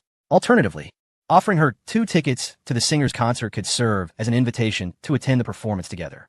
Such tactics embody the essence of pleasing one's preferences, aligning actions with another's desires. Jiang Yuan had long been accustomed to this approach, finding it rather unremarkable. Noticing his silence, Chung Kai-dai inquired with curiosity, "You seem to disagree with my perspective?" Jiang Yuan smiled softly and replied, "Your viewpoint is quite conventional, yet its flaw lies in its very normalcy. which diverges from Jun Shu's line of thought. Chung Kai-dai, enlightened by his response, probed further. How? Then, do you envision addressing this issue in accordance with Jun Shu's philosophy? Jiang Yuan calmly stated, if the girl I admire has a favored singer and longs to attend that artist's concert, my initial step would not be to directly invite her. Instead, I would discreetly procure all available tickets to the concert beforehand. A glimmer of admiration sparkled in Chung Katie's eyes as she applauded, exclaiming, what a bold idea. Jiang Yuan continued, next, I would endeavor to have her friends casually remind her of the concert's extraordinary allure, igniting her keen interest. Yet, when she truly wishes to purchase tickets, she would find them all sold out due to my prior acquisition. At that moment of her profound disappointment and longing for the tickets, I would appear as her savior, inviting her to join me at the concert. Upon hearing Jiang Yuan's words, Chung Kai-dai couldn't help but applaud in admiration, declaring marvelous. Mr. Jiang's grasp of human nature is indeed remarkable. Jiang Yuan replied calmly. The essence of Jun Shu's philosophy extends far beyond this. It encompasses various techniques, such as observing and persuading others. However, I require additional time to fully comprehend them. Chung Kai-dai smiled and said, now that you have demonstrated your talent, I shall honor our agreement and share with you everything I know. The volume of law is the most aggressive among the 4 volumes of Jun Shu. The contents inscribed within it are of significant gravity, embodying both righteousness and malevolence. If wielded for noble purposes, it can indeed save the nation from peril. Yet in the hands of treacherous individuals, it could lead to boundless harm. The whereabouts of the other 3 volumes likely lie among the elites of the 5 major conglomerates. However, most of them bear crucial responsibilities and could not attend this world banquet. The world banquet is a grand affair initiated by 5 major conglomerates. Although there are significant interests entangled behind the scenes, it ultimately remains a banquet. The truly challenging tasks invariably require the expertise of genuine elites. Among those attending the world banquet, the 5 conglomerates have not revealed all of their core members. Most of these elite individuals are engaged in missions around the globe. And in order to collect the remaining volumes of the revered texts, it is evident that one must gather these elites together and compel them to relinquish their tomes. The revered texts are undeniably fascinating, Jiang Yuan mused. I must find an opportunity to unearth all the hidden elites within the 5 conglomerates and seize the revered text from their possession. Chapter 492, For Eternity. No regrets, Jiang Yuan inquired with a smile. Have you so readily acknowledged my talent? Your question concerns how a woman can wholeheartedly fall in love with someone. Yet I have merely offered you a glimpse, Chung Kai-dai replied, shaking her head. The women of this world are exceedingly diverse. How could there possibly exist a universal solution? Most astute individuals tailor their approaches according to the character and inclinations of the person in question, embracing the principle of constant change. My inquiry was intended to assess whether you possess an initial level of talent, she continued. Jiang Yuan blinked, asking, so your hint was in essence a misdirection? Chung Kai-dai did not directly address his question, but chuckled softly, not entirely. My understanding of the Jun Shu is rather superficial, and my disposition is ill-suited for comprehending the intricacies of its principles. Even if I devoted my entire life to it, I would achieve little. Thus, my answer truly reflects my innermost thoughts. Yet you, Mr. Jiang, are distinctly different. You are unlike anyone else. As the saying goes, a single leaf can herald autumn. Subtle signs reveal profound truths. From your responses, I perceive that you are remarkably suited to this scroll of Jun Shu. Chung Kai-dai gazed deeply into Jiang Yuan's eyes, her expression laden with unspoken significance. Jiang Yuan smiled, asking, you flatter me. I have merely provided a rudimentary understanding of Jun Shu. How could you conclude that I am so exceptional and fitting for this scroll? Chung Kai-dai shook her head, stating, as the adage goes, understanding one thing leads to understanding all. You possess the correct mindset, and it is only a matter of time before you fully grasp the principles of Jun Shu. For me, no amount of time spent would yield fruit. It seems I'm entirely unqualified for this scroll. Jiang Yuan replied, then it seems I am quite fortunate. Upon hearing this, Chung Kai-dai fell silent for a prolonged moment before slowly pondering. To call it luck is indeed accurate, but to say it is misfortune may hold some truth as well. Jiang Yuan, intrigued, asked, how can luck be luck, yet also be misfortune? Chung Kai-dai paused, responding, please wait a moment. I will retrieve something. Jiang Yuan, curious, inquired, what will you fetch? Chung Kai-dai shook her head, saying, you will know once I have it. He watched as she cautiously approached a locked room. then opened a dusty bookshelf to reveal a small hidden compartment from which she extracted a pale blue document pouch. With a soft snap, as the pouch was unfastened, a series of personal information sheets emerged. As far as I know, the previous holders of June Shu have not fared well, particularly with regard to the Scroll of Principles. Chung Kai-dai remarked gravely. While June Shu is the public term, it is commonly referred to in private as the ancient evil book, for many cannot withstand its content and descend into madness. Jiang Yuan reflected. Indeed, while examining the ancient stone inscriptions, I too felt a fleeting impulse toward madness. Chung Kai-dai, with a wry smile, remarked, your situation is, in fact, quite fortunate.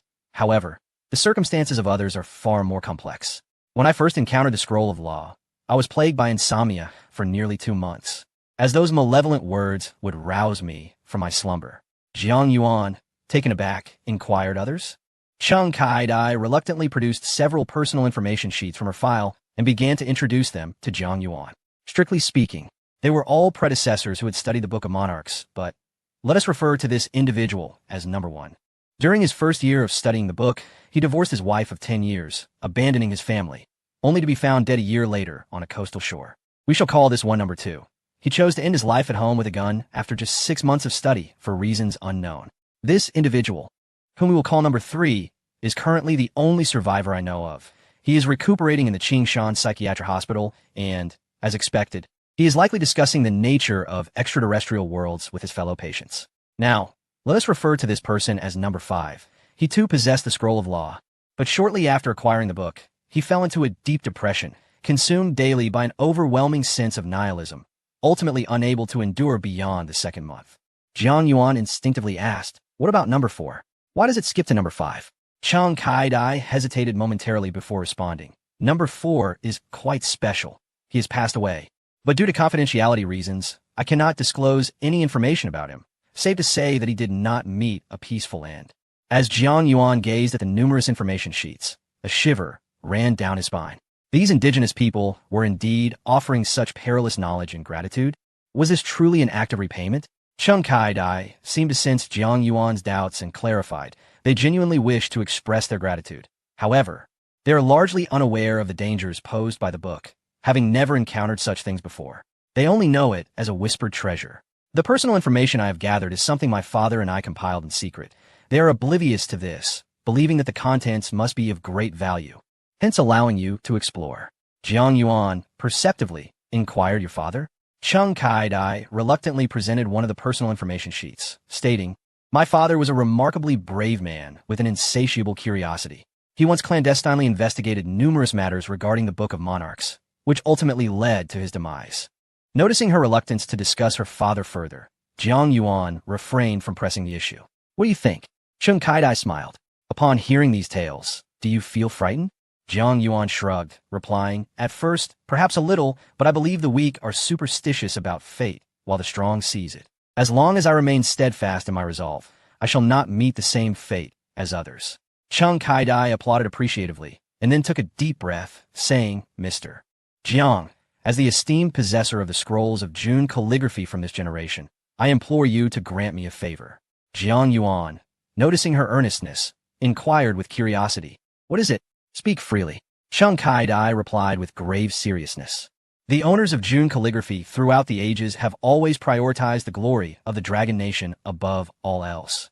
However, the scrolls are now dispersed across the world, with 3 of them having fallen into foreign hands. You must endeavor to retrieve them all and utilize their contents to seek prosperity for all within our Dragon Nation. Can you pledge to do so? Upon hearing Chung Kai-dai's request, Jiang Yuan straightened his demeanor. For the glory of our Dragon Nation, we are duty-bound. For countless generations. Even in death, there shall be no regret. Chapter 493. Which department are you from?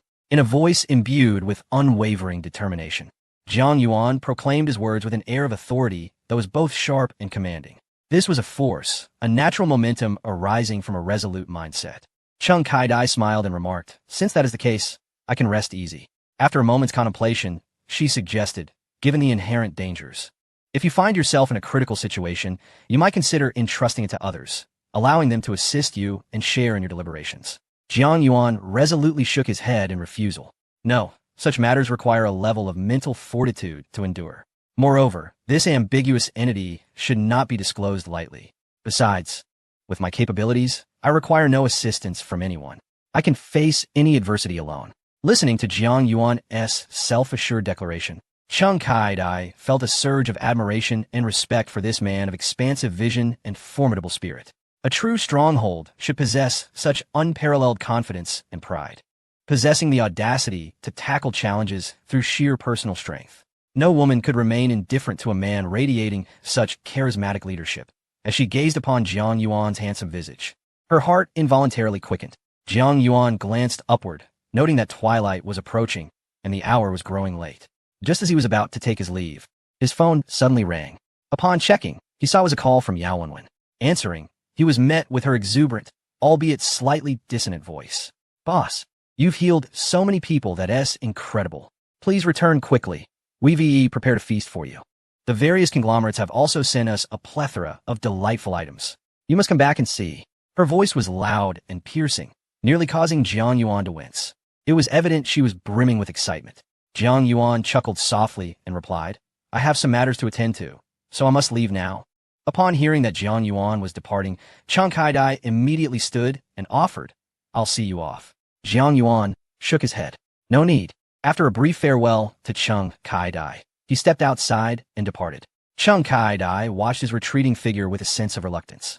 After a prolonged moment, she sighed softly, feeling both helpless and somewhat melancholic. The serene environment of the island typically lent itself to a tranquil existence, which suited her well. Yet over time, such a life could become monotonous and uninspiring, as the men on the island tended to be short-sighted and simple-minded, failing to stir the heart of someone like Chung Kai-dai.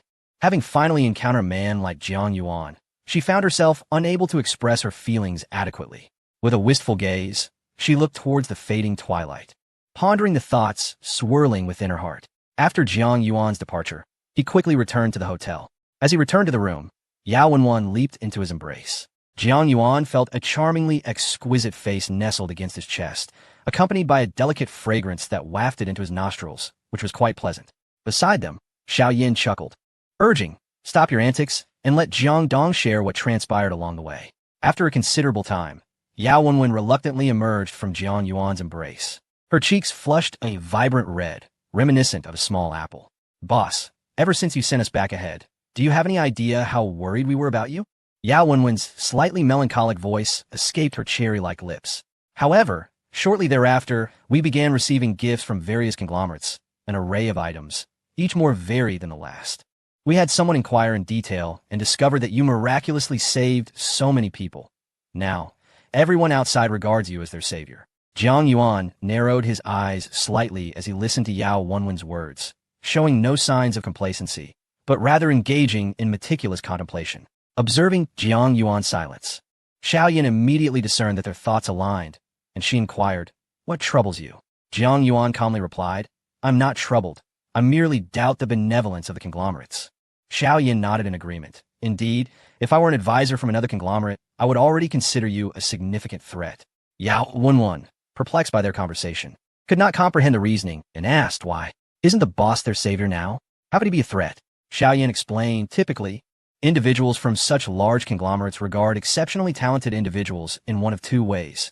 Either they recruit them to serve their interests, or they will do everything in their power to extinguish them in their infancy, to prevent any threat to their own position. Throughout history, there has always been an unchanging notion, underneath the bed, how can one allow others to sleep peacefully? Jiang Yuan nodded in agreement. Indeed, no one wishes to have potential challengers that may threaten or usurp their current status. The most prudent course of action is, of course, to eliminate any potential threats before they can grow. Yao Wenwen expressed her concerns. So, does this mean our situation is somewhat perilous? Both Jiang Yuan and Xiao Yin shook their heads in unison. Even if they wish to target us, they will not do so openly. After all, we are currently affiliated with the Li Consortium. They will seek suitable opportunities to attack our consortium while simultaneously attempting to eradicate us. Xiao Yin added, however, this is not absolute. Many conglomerates hold a significant interest in us and may devise strategies to lure us away from the Li Consortium and into their embrace. Jiang Yuan nodded. Yes, such a scenario is likely to occur. Yao Wenwen inquired, changing jobs. Isn't that quite common? Jiang Yuan smiled, but remained silent. At that moment, a notification popped up on Jiang Yuan's conference app, indicating that the Li Consortium was preparing to hold a video meeting and inviting Jiang Yuan to join. He momentarily instructed the two women to remain silent and connected to the video conference. However, as soon as the call was established, someone immediately rebuked him, saying, "In such a formal setting as a video conference, please pay attention to your appearance. Which department are you from?" It turned out that Jiang Yuan's attire was rather casual, consisting merely of a simple men's shirt, which displeased some attendees. Yet, another individual swiftly countered the criticism, exclaiming, "He is Director Jiang Yuan. Such trivial matters concerning appearance are not for you to address. Which department do you belong to?" Chapter 494. The surge of internal prestige. Jiang Yuan wore a smile that was neither fully engaged nor dismissive, revealing no inclination to speak. After all, there would surely be others to voice his sentiments. Why waste breath unnecessarily? As anticipated, the mere mention of Jiang Yuan's name sparked an uproar, particularly regarding the trivial matter of his appearance. Within the video conference, a multitude of voices arose in condemnation, their words sharp and cutting. Who dared to critique the demeanor of Director Jiang? Had they lost their senses? A mere junior manager from the commercial department, who had never even met him, presumed to speak ill? Such audacity was absurd. How could a lowly employee dare to show disrespect to Director Jiang? Many perceptive onlookers observed with silent amusement, recognizing that these individuals were adept at discerning the appropriate moments to challenge authority. In truth, prior to Jiang Yuan being recognized, no one had shown concern for such trivialities. The internal video conferences of the Tiantang Consortium were renowned for their strict adherence to decorum, with rigorous standards for attire. Those who failed to comply would naturally face rebuke. However, if a fresh recruit were reprimanded, it would hardly warrant attention. But to reprimand Jiang Yuan was akin to daring to extract the fangs of a tiger. Today, Jiang Yuan was a figure transformed from the inexperienced newcomer who had first joined the Li Consortium. Initially, many core members regarded him merely as a young upstart, and some harbored resentment due to the favorable resources allocated to him by Li Jiqing. Yet, after he astonishingly resolved the chip order crisis, his reputation underwent a remarkable reversal. Almost everyone who had previously attempted to tackle the issue, only to fail, now offered near-universal acclaim for Jiang Yuan's capabilities. After all, what they could not achieve, he accomplished effortlessly. His extraordinary feats naturally inspired admiration. Moreover, even the once revered pillar of the Li Consortium, Bruce, had been ruthlessly toyed with by adversaries, dragging the entire consortium into disgrace and nearly leading it to ruin. Yet, Jiang Yuan emerged in the face of adversity, deftly steering the Li Consortium away from disaster. His prowess had undeniably earned him widespread recognition. Within the Li Consortium, Jiang Yuan's prestige surged to unprecedented heights. Following his resolution of the Tiantang Consortium's medical agreement crisis, his reputation reached a zenith, positioning him as the most talked-about figure within the Li Consortium. Today, Jiang Yuan's name resounded throughout the organization, becoming a popular topic of conversation, even among the humblest of employees who had heard of his illustrious exploits. Due to the overwhelming momentum, numerous rumors concerning Jiang Yuan have been circulating fervently within the consortium. Naturally, the most curious souls are keenly interested in whether any scandalous news will emerge regarding Jiang Yuan and Li Jiqing. This indirectly conveys a potent signal. Jiang Yuan may soon ascend to the role of deputy leader within the Li Group. In terms of reputation and credibility, Jiang Yuan has already demonstrated his qualifications for such a position. Even if Li Jiqing were to appoint Jiang Yuan immediately, no one would dare to voice dissent. Thus, upon hearing Jiang Yuan's name, the commercial department manager who had previously criticized Jiang Yuan's appearance trembled visibly, his face betraying sheer terror. Having worked within the Li Group for many years, he considered himself acquainted with the prominent figures within the organization, and Jiang Yuan's unfamiliar visage had led him to underestimate the young man. Faced with such a youthful and casually dressed newcomer, his immediate reaction was one of indignation. Instinctively assuming that this was merely a junior employee unaware of the proper decorum, prompting him to frown and reprimand. He had expected the young man to bow and apologize profusely. However, he never anticipated that his actions would liken him to a fool attempting to extract teeth from a tiger, and he was promptly met with a barrage of scorn. It was only upon hearing Jiang Yuan's name that he realized the grave and foolish error he had committed. He had unwittingly rebuked a significant superior. This was not merely a display of audacity. It was the folly of someone whose judgment had been completely clouded. Such an act of disrespect could easily lead to his dismissal, and the thought nearly rendered him faint. His demeanor underwent a complete transformation as he stammered, "Ah, Mr. Jiang, I have long heard of your esteemed reputation.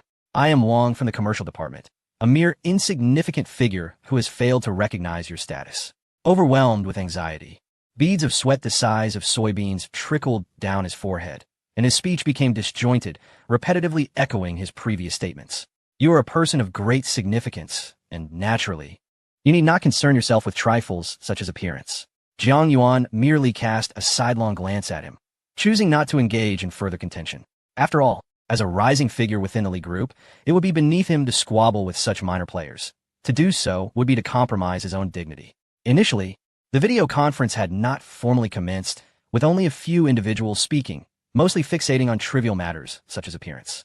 However, upon the mention of Jiang Yuan's name, a wave of fervent discussion erupted as various factions engaged in hushed conversations regarding him. Would Ms. Li truly entrust the position of deputy leader of our consortium to Jiang Yuan? From a positional standpoint, he is but a newcomer who has joined us not long ago. If this were to occur, it would indeed be an unprecedented event. However, this is not an impossible situation, as Jiang Yuan's abilities and achievements are well recognized and should not be contested by anyone. Given Jiang Yuan's prowess and renown, it is likely that numerous other consortiums are eager to entice him to join their ranks. If we fail to adequately utilize Jiang Yuan at this moment, it may lead to his dissatisfaction. Indeed, a lack of respect for talent will inevitably result in the loss of invaluable individuals. Now is the critical time for employing capable personnel. We must ensure that such a scenario does not transpire. Chapter 495. CEO Jiang Yuan reclined casually on the sofa, having transitioned the video conference from his mobile phone to a computer for convenience. The immaculate white device before him had recently been bestowed upon him by executives from one of the 5 major conglomerates. These elite members, recognizing Jiang Yuan's immense potential, had thoughtfully presented him with lavish gifts as a means of cultivating a relationship. The computer's striking and audacious color scheme, dominated by a brilliant silver-white, exuded both elegance and a distinctive grandeur. Yao Wenwen, tugging at Xiaoyan's sleeve, whispered, "This computer is simply exquisite, and I hear it's a luxurious limited edition." This particular device was a special gift from the Fei Air Baha Consortium, which harbored a favorable impression of Jiang Yuan and held his potential in high regard. In reality, ordinary personal computers are not particularly costly. Even the most mainstream, top-tier configurations typically range from 10,000 to 20,000 yuan. However, certain limited edition motherboards, cases, and graphics cards can fetch astronomical prices. These limited editions are often collaborations with renowned intellectual properties or celebrated artists, who are responsible for the original designs and licensing.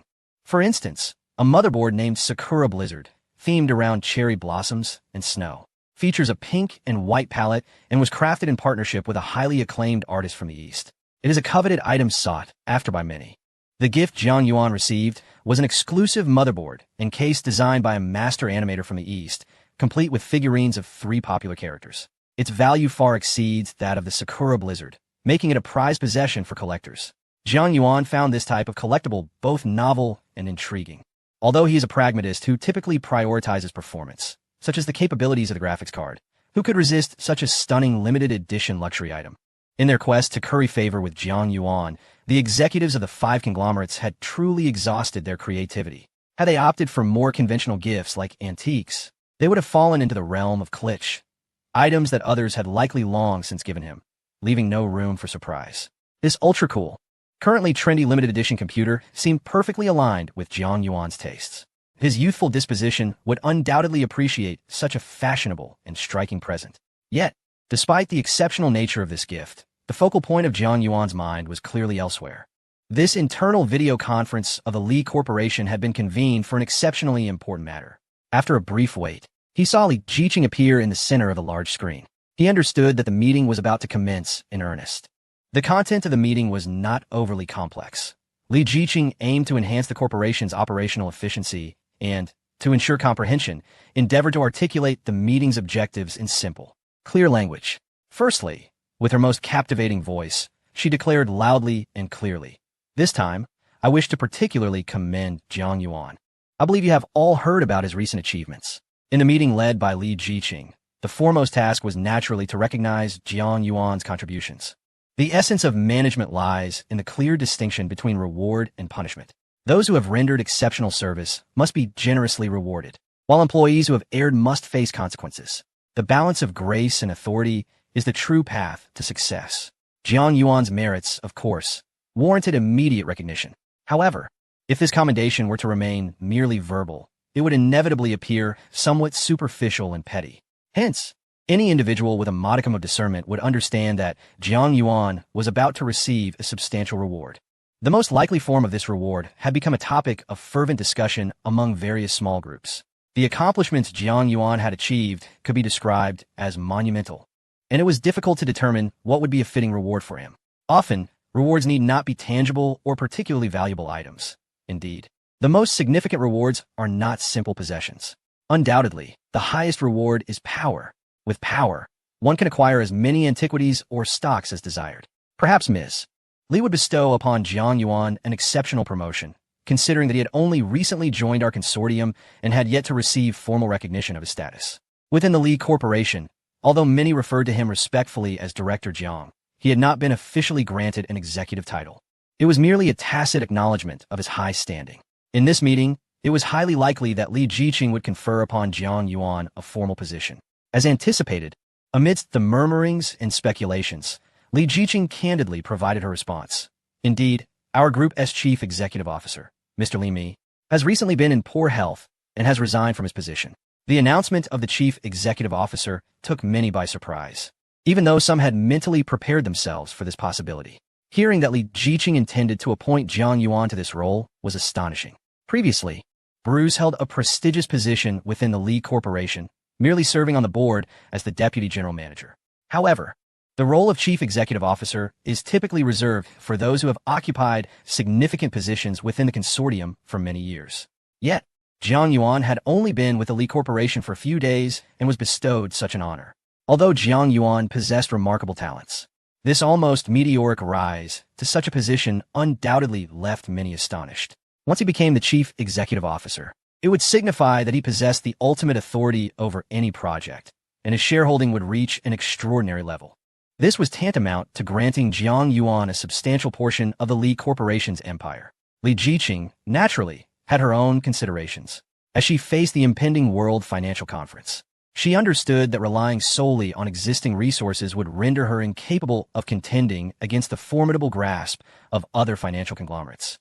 The only glimmer of hope lay in the capable hands of Jiang Yuan, who had repeatedly achieved remarkable feats. After witnessing Jiang Yuan's prowess, representatives from other financial entities were undoubtedly eager to court him. To prevent the loss of such a valuable talent, she was willing to invest heavily in Jiang Yuan. Meanwhile, some astute observers began to discern the underlying motives. Perhaps Miss Li intended for Jiang Yuan to take the lead as the chief strategist for the upcoming World Financial Conference, which would explain her decision to bestow upon him such a prestigious title at this pivotal moment. Chapter 496. The matchmaking of the Lingyan family. Jiang Yuan remained unperturbed by the title of chief executive officer. In truth, he had long anticipated that Li Jiqing might bestow such a prestigious position upon him. After all, given his numerous remarkable achievements, if her reward were to be meager, it would undoubtedly invite criticism. The Li Consortium, with its esteemed reputation, could hardly engage in such petty behavior. Moreover, Bruce had already submitted his resignation, evidently seeking opportunities elsewhere in another consortium. Li Jiqing did not lament this. Without Jiang Yuan, the Li Consortium might have found itself overly reliant on the influential family behind Bruce for strategic endeavors. However, with Jiang Yuan's arrival, Bruce's presence was rendered inconsequential. At this juncture, the paramount concern was securing a position for the Li Consortium at the Global Financial Conference. To achieve this aim, Li Jiqing had decided to honor Jiang Yuan today, bestowing upon him the highest accolades, thereby delegating authority to him to mobilize all available resources. The video conference lasted for over an hour, and upon its conclusion, Li Jiqing invited Jiang Yuan to a private meeting, attended solely by the two of them. "Do you know why I wish to hold this meeting with you alone?" Li Jiqing inquired with a smile. "The others possess a limited perspective. Consulting them would only heighten the risk of leaking confidential information," Jiang Yuan replied. Li Jiqing gave a wry smile and said, "You are correct, but not entirely. That is but one half of the reason. The other half is not rooted in that matter." Jiang Yuan, intrigued, responded, "What then is the other reason?" After a brief silence, Li Jiqing remarked, "Listen to the task I am about to assign you, and you shall understand. Jiang Yuan shrugged his shoulders, exuding confidence. Whatever the task may be, please proceed. Li Jiqing asked, what do you believe is the most critical aspect of this global financial conference? Money, stocks, or technology? Undoubtedly. It is people, Jiang Yuan asserted firmly. Talent is the primary determinant. All other elements merely serve as supplementary conditions. A glimmer of admiration flickered in Li Jiqing's eyes as she replied, yes, you are indeed astute. The most crucial factor is always people. However, the most challenging aspect to navigate is precisely that of human relations. With a sigh, her gaze turned contemplative as she continued. According to the latest information, the Paradise Consortium has gained the support of a prestigious family with a legacy spanning over a century, the Lingyan family. The task I entrust to you is to endeavor to terminate their collaboration. If possible, draw the Lingyan family to our side. Jiang Yuan pondered for a moment before asking, the Lingyan family? How does their strength compare to that of the 5 major consortiums? Li Jiqing shook her head in resignation and remarked, such a family, steeped in tradition for over a century, typically remains aloof from worldly affairs. Unless a momentous event occurs that stirs the world, they will not easily reveal their presence, rendering their strength a mystery. She then added, that said, historically, the Lingyan family has intervened several times, each occasion marked by an unstoppable momentum, and the forces of the mundane world are utterly powerless against their means and heritage. Unless absolutely necessary, we must seek to ally with such reclusive families rather than oppose them. Jiang Yuan inquired, so, you wish for me to employ a scheme to sow discord between the Tiantang Consortium and the Lingyan family? Li Jiqing offered a wry smile and responded, it is not so simple. Families of their stature typically possess top-tier think tanks, representing the pinnacle of human intellect within their lineage. A common scheme of discord would be futile. Jiang Yuan, intrigued, asked, then what is your strategy? Presently, Jiang Yuan exhibited prowess primarily in technology and medicine. Yet Li Jiqing entrusted him with this matter. She shook her head and confessed, I do not possess a stable plan, but I believe this task is uniquely suited for you. Perhaps no one else can thwart the Lingyan family. After a brief hesitation, she continued, although I lack a concrete strategy, I do harbor some thoughts. Jiang Yuan calmly encouraged, feel free to speak your mind. With newfound resolve, Li Jiqing candidly revealed, the Lingyan family conducts a marriage selection every 30 years. Despite their inclination to preserve the purity of their bloodline and reluctance to intermarry with outsiders. This tridecadal event is a long-standing tradition. Jiang Yuan raised an eyebrow and queried, marriage selection? Are you suggesting I seek a princess from the Lingyan family as a spouse, compelling them to abandon their collaboration with the Tiantang Consortium in favor of our alliance?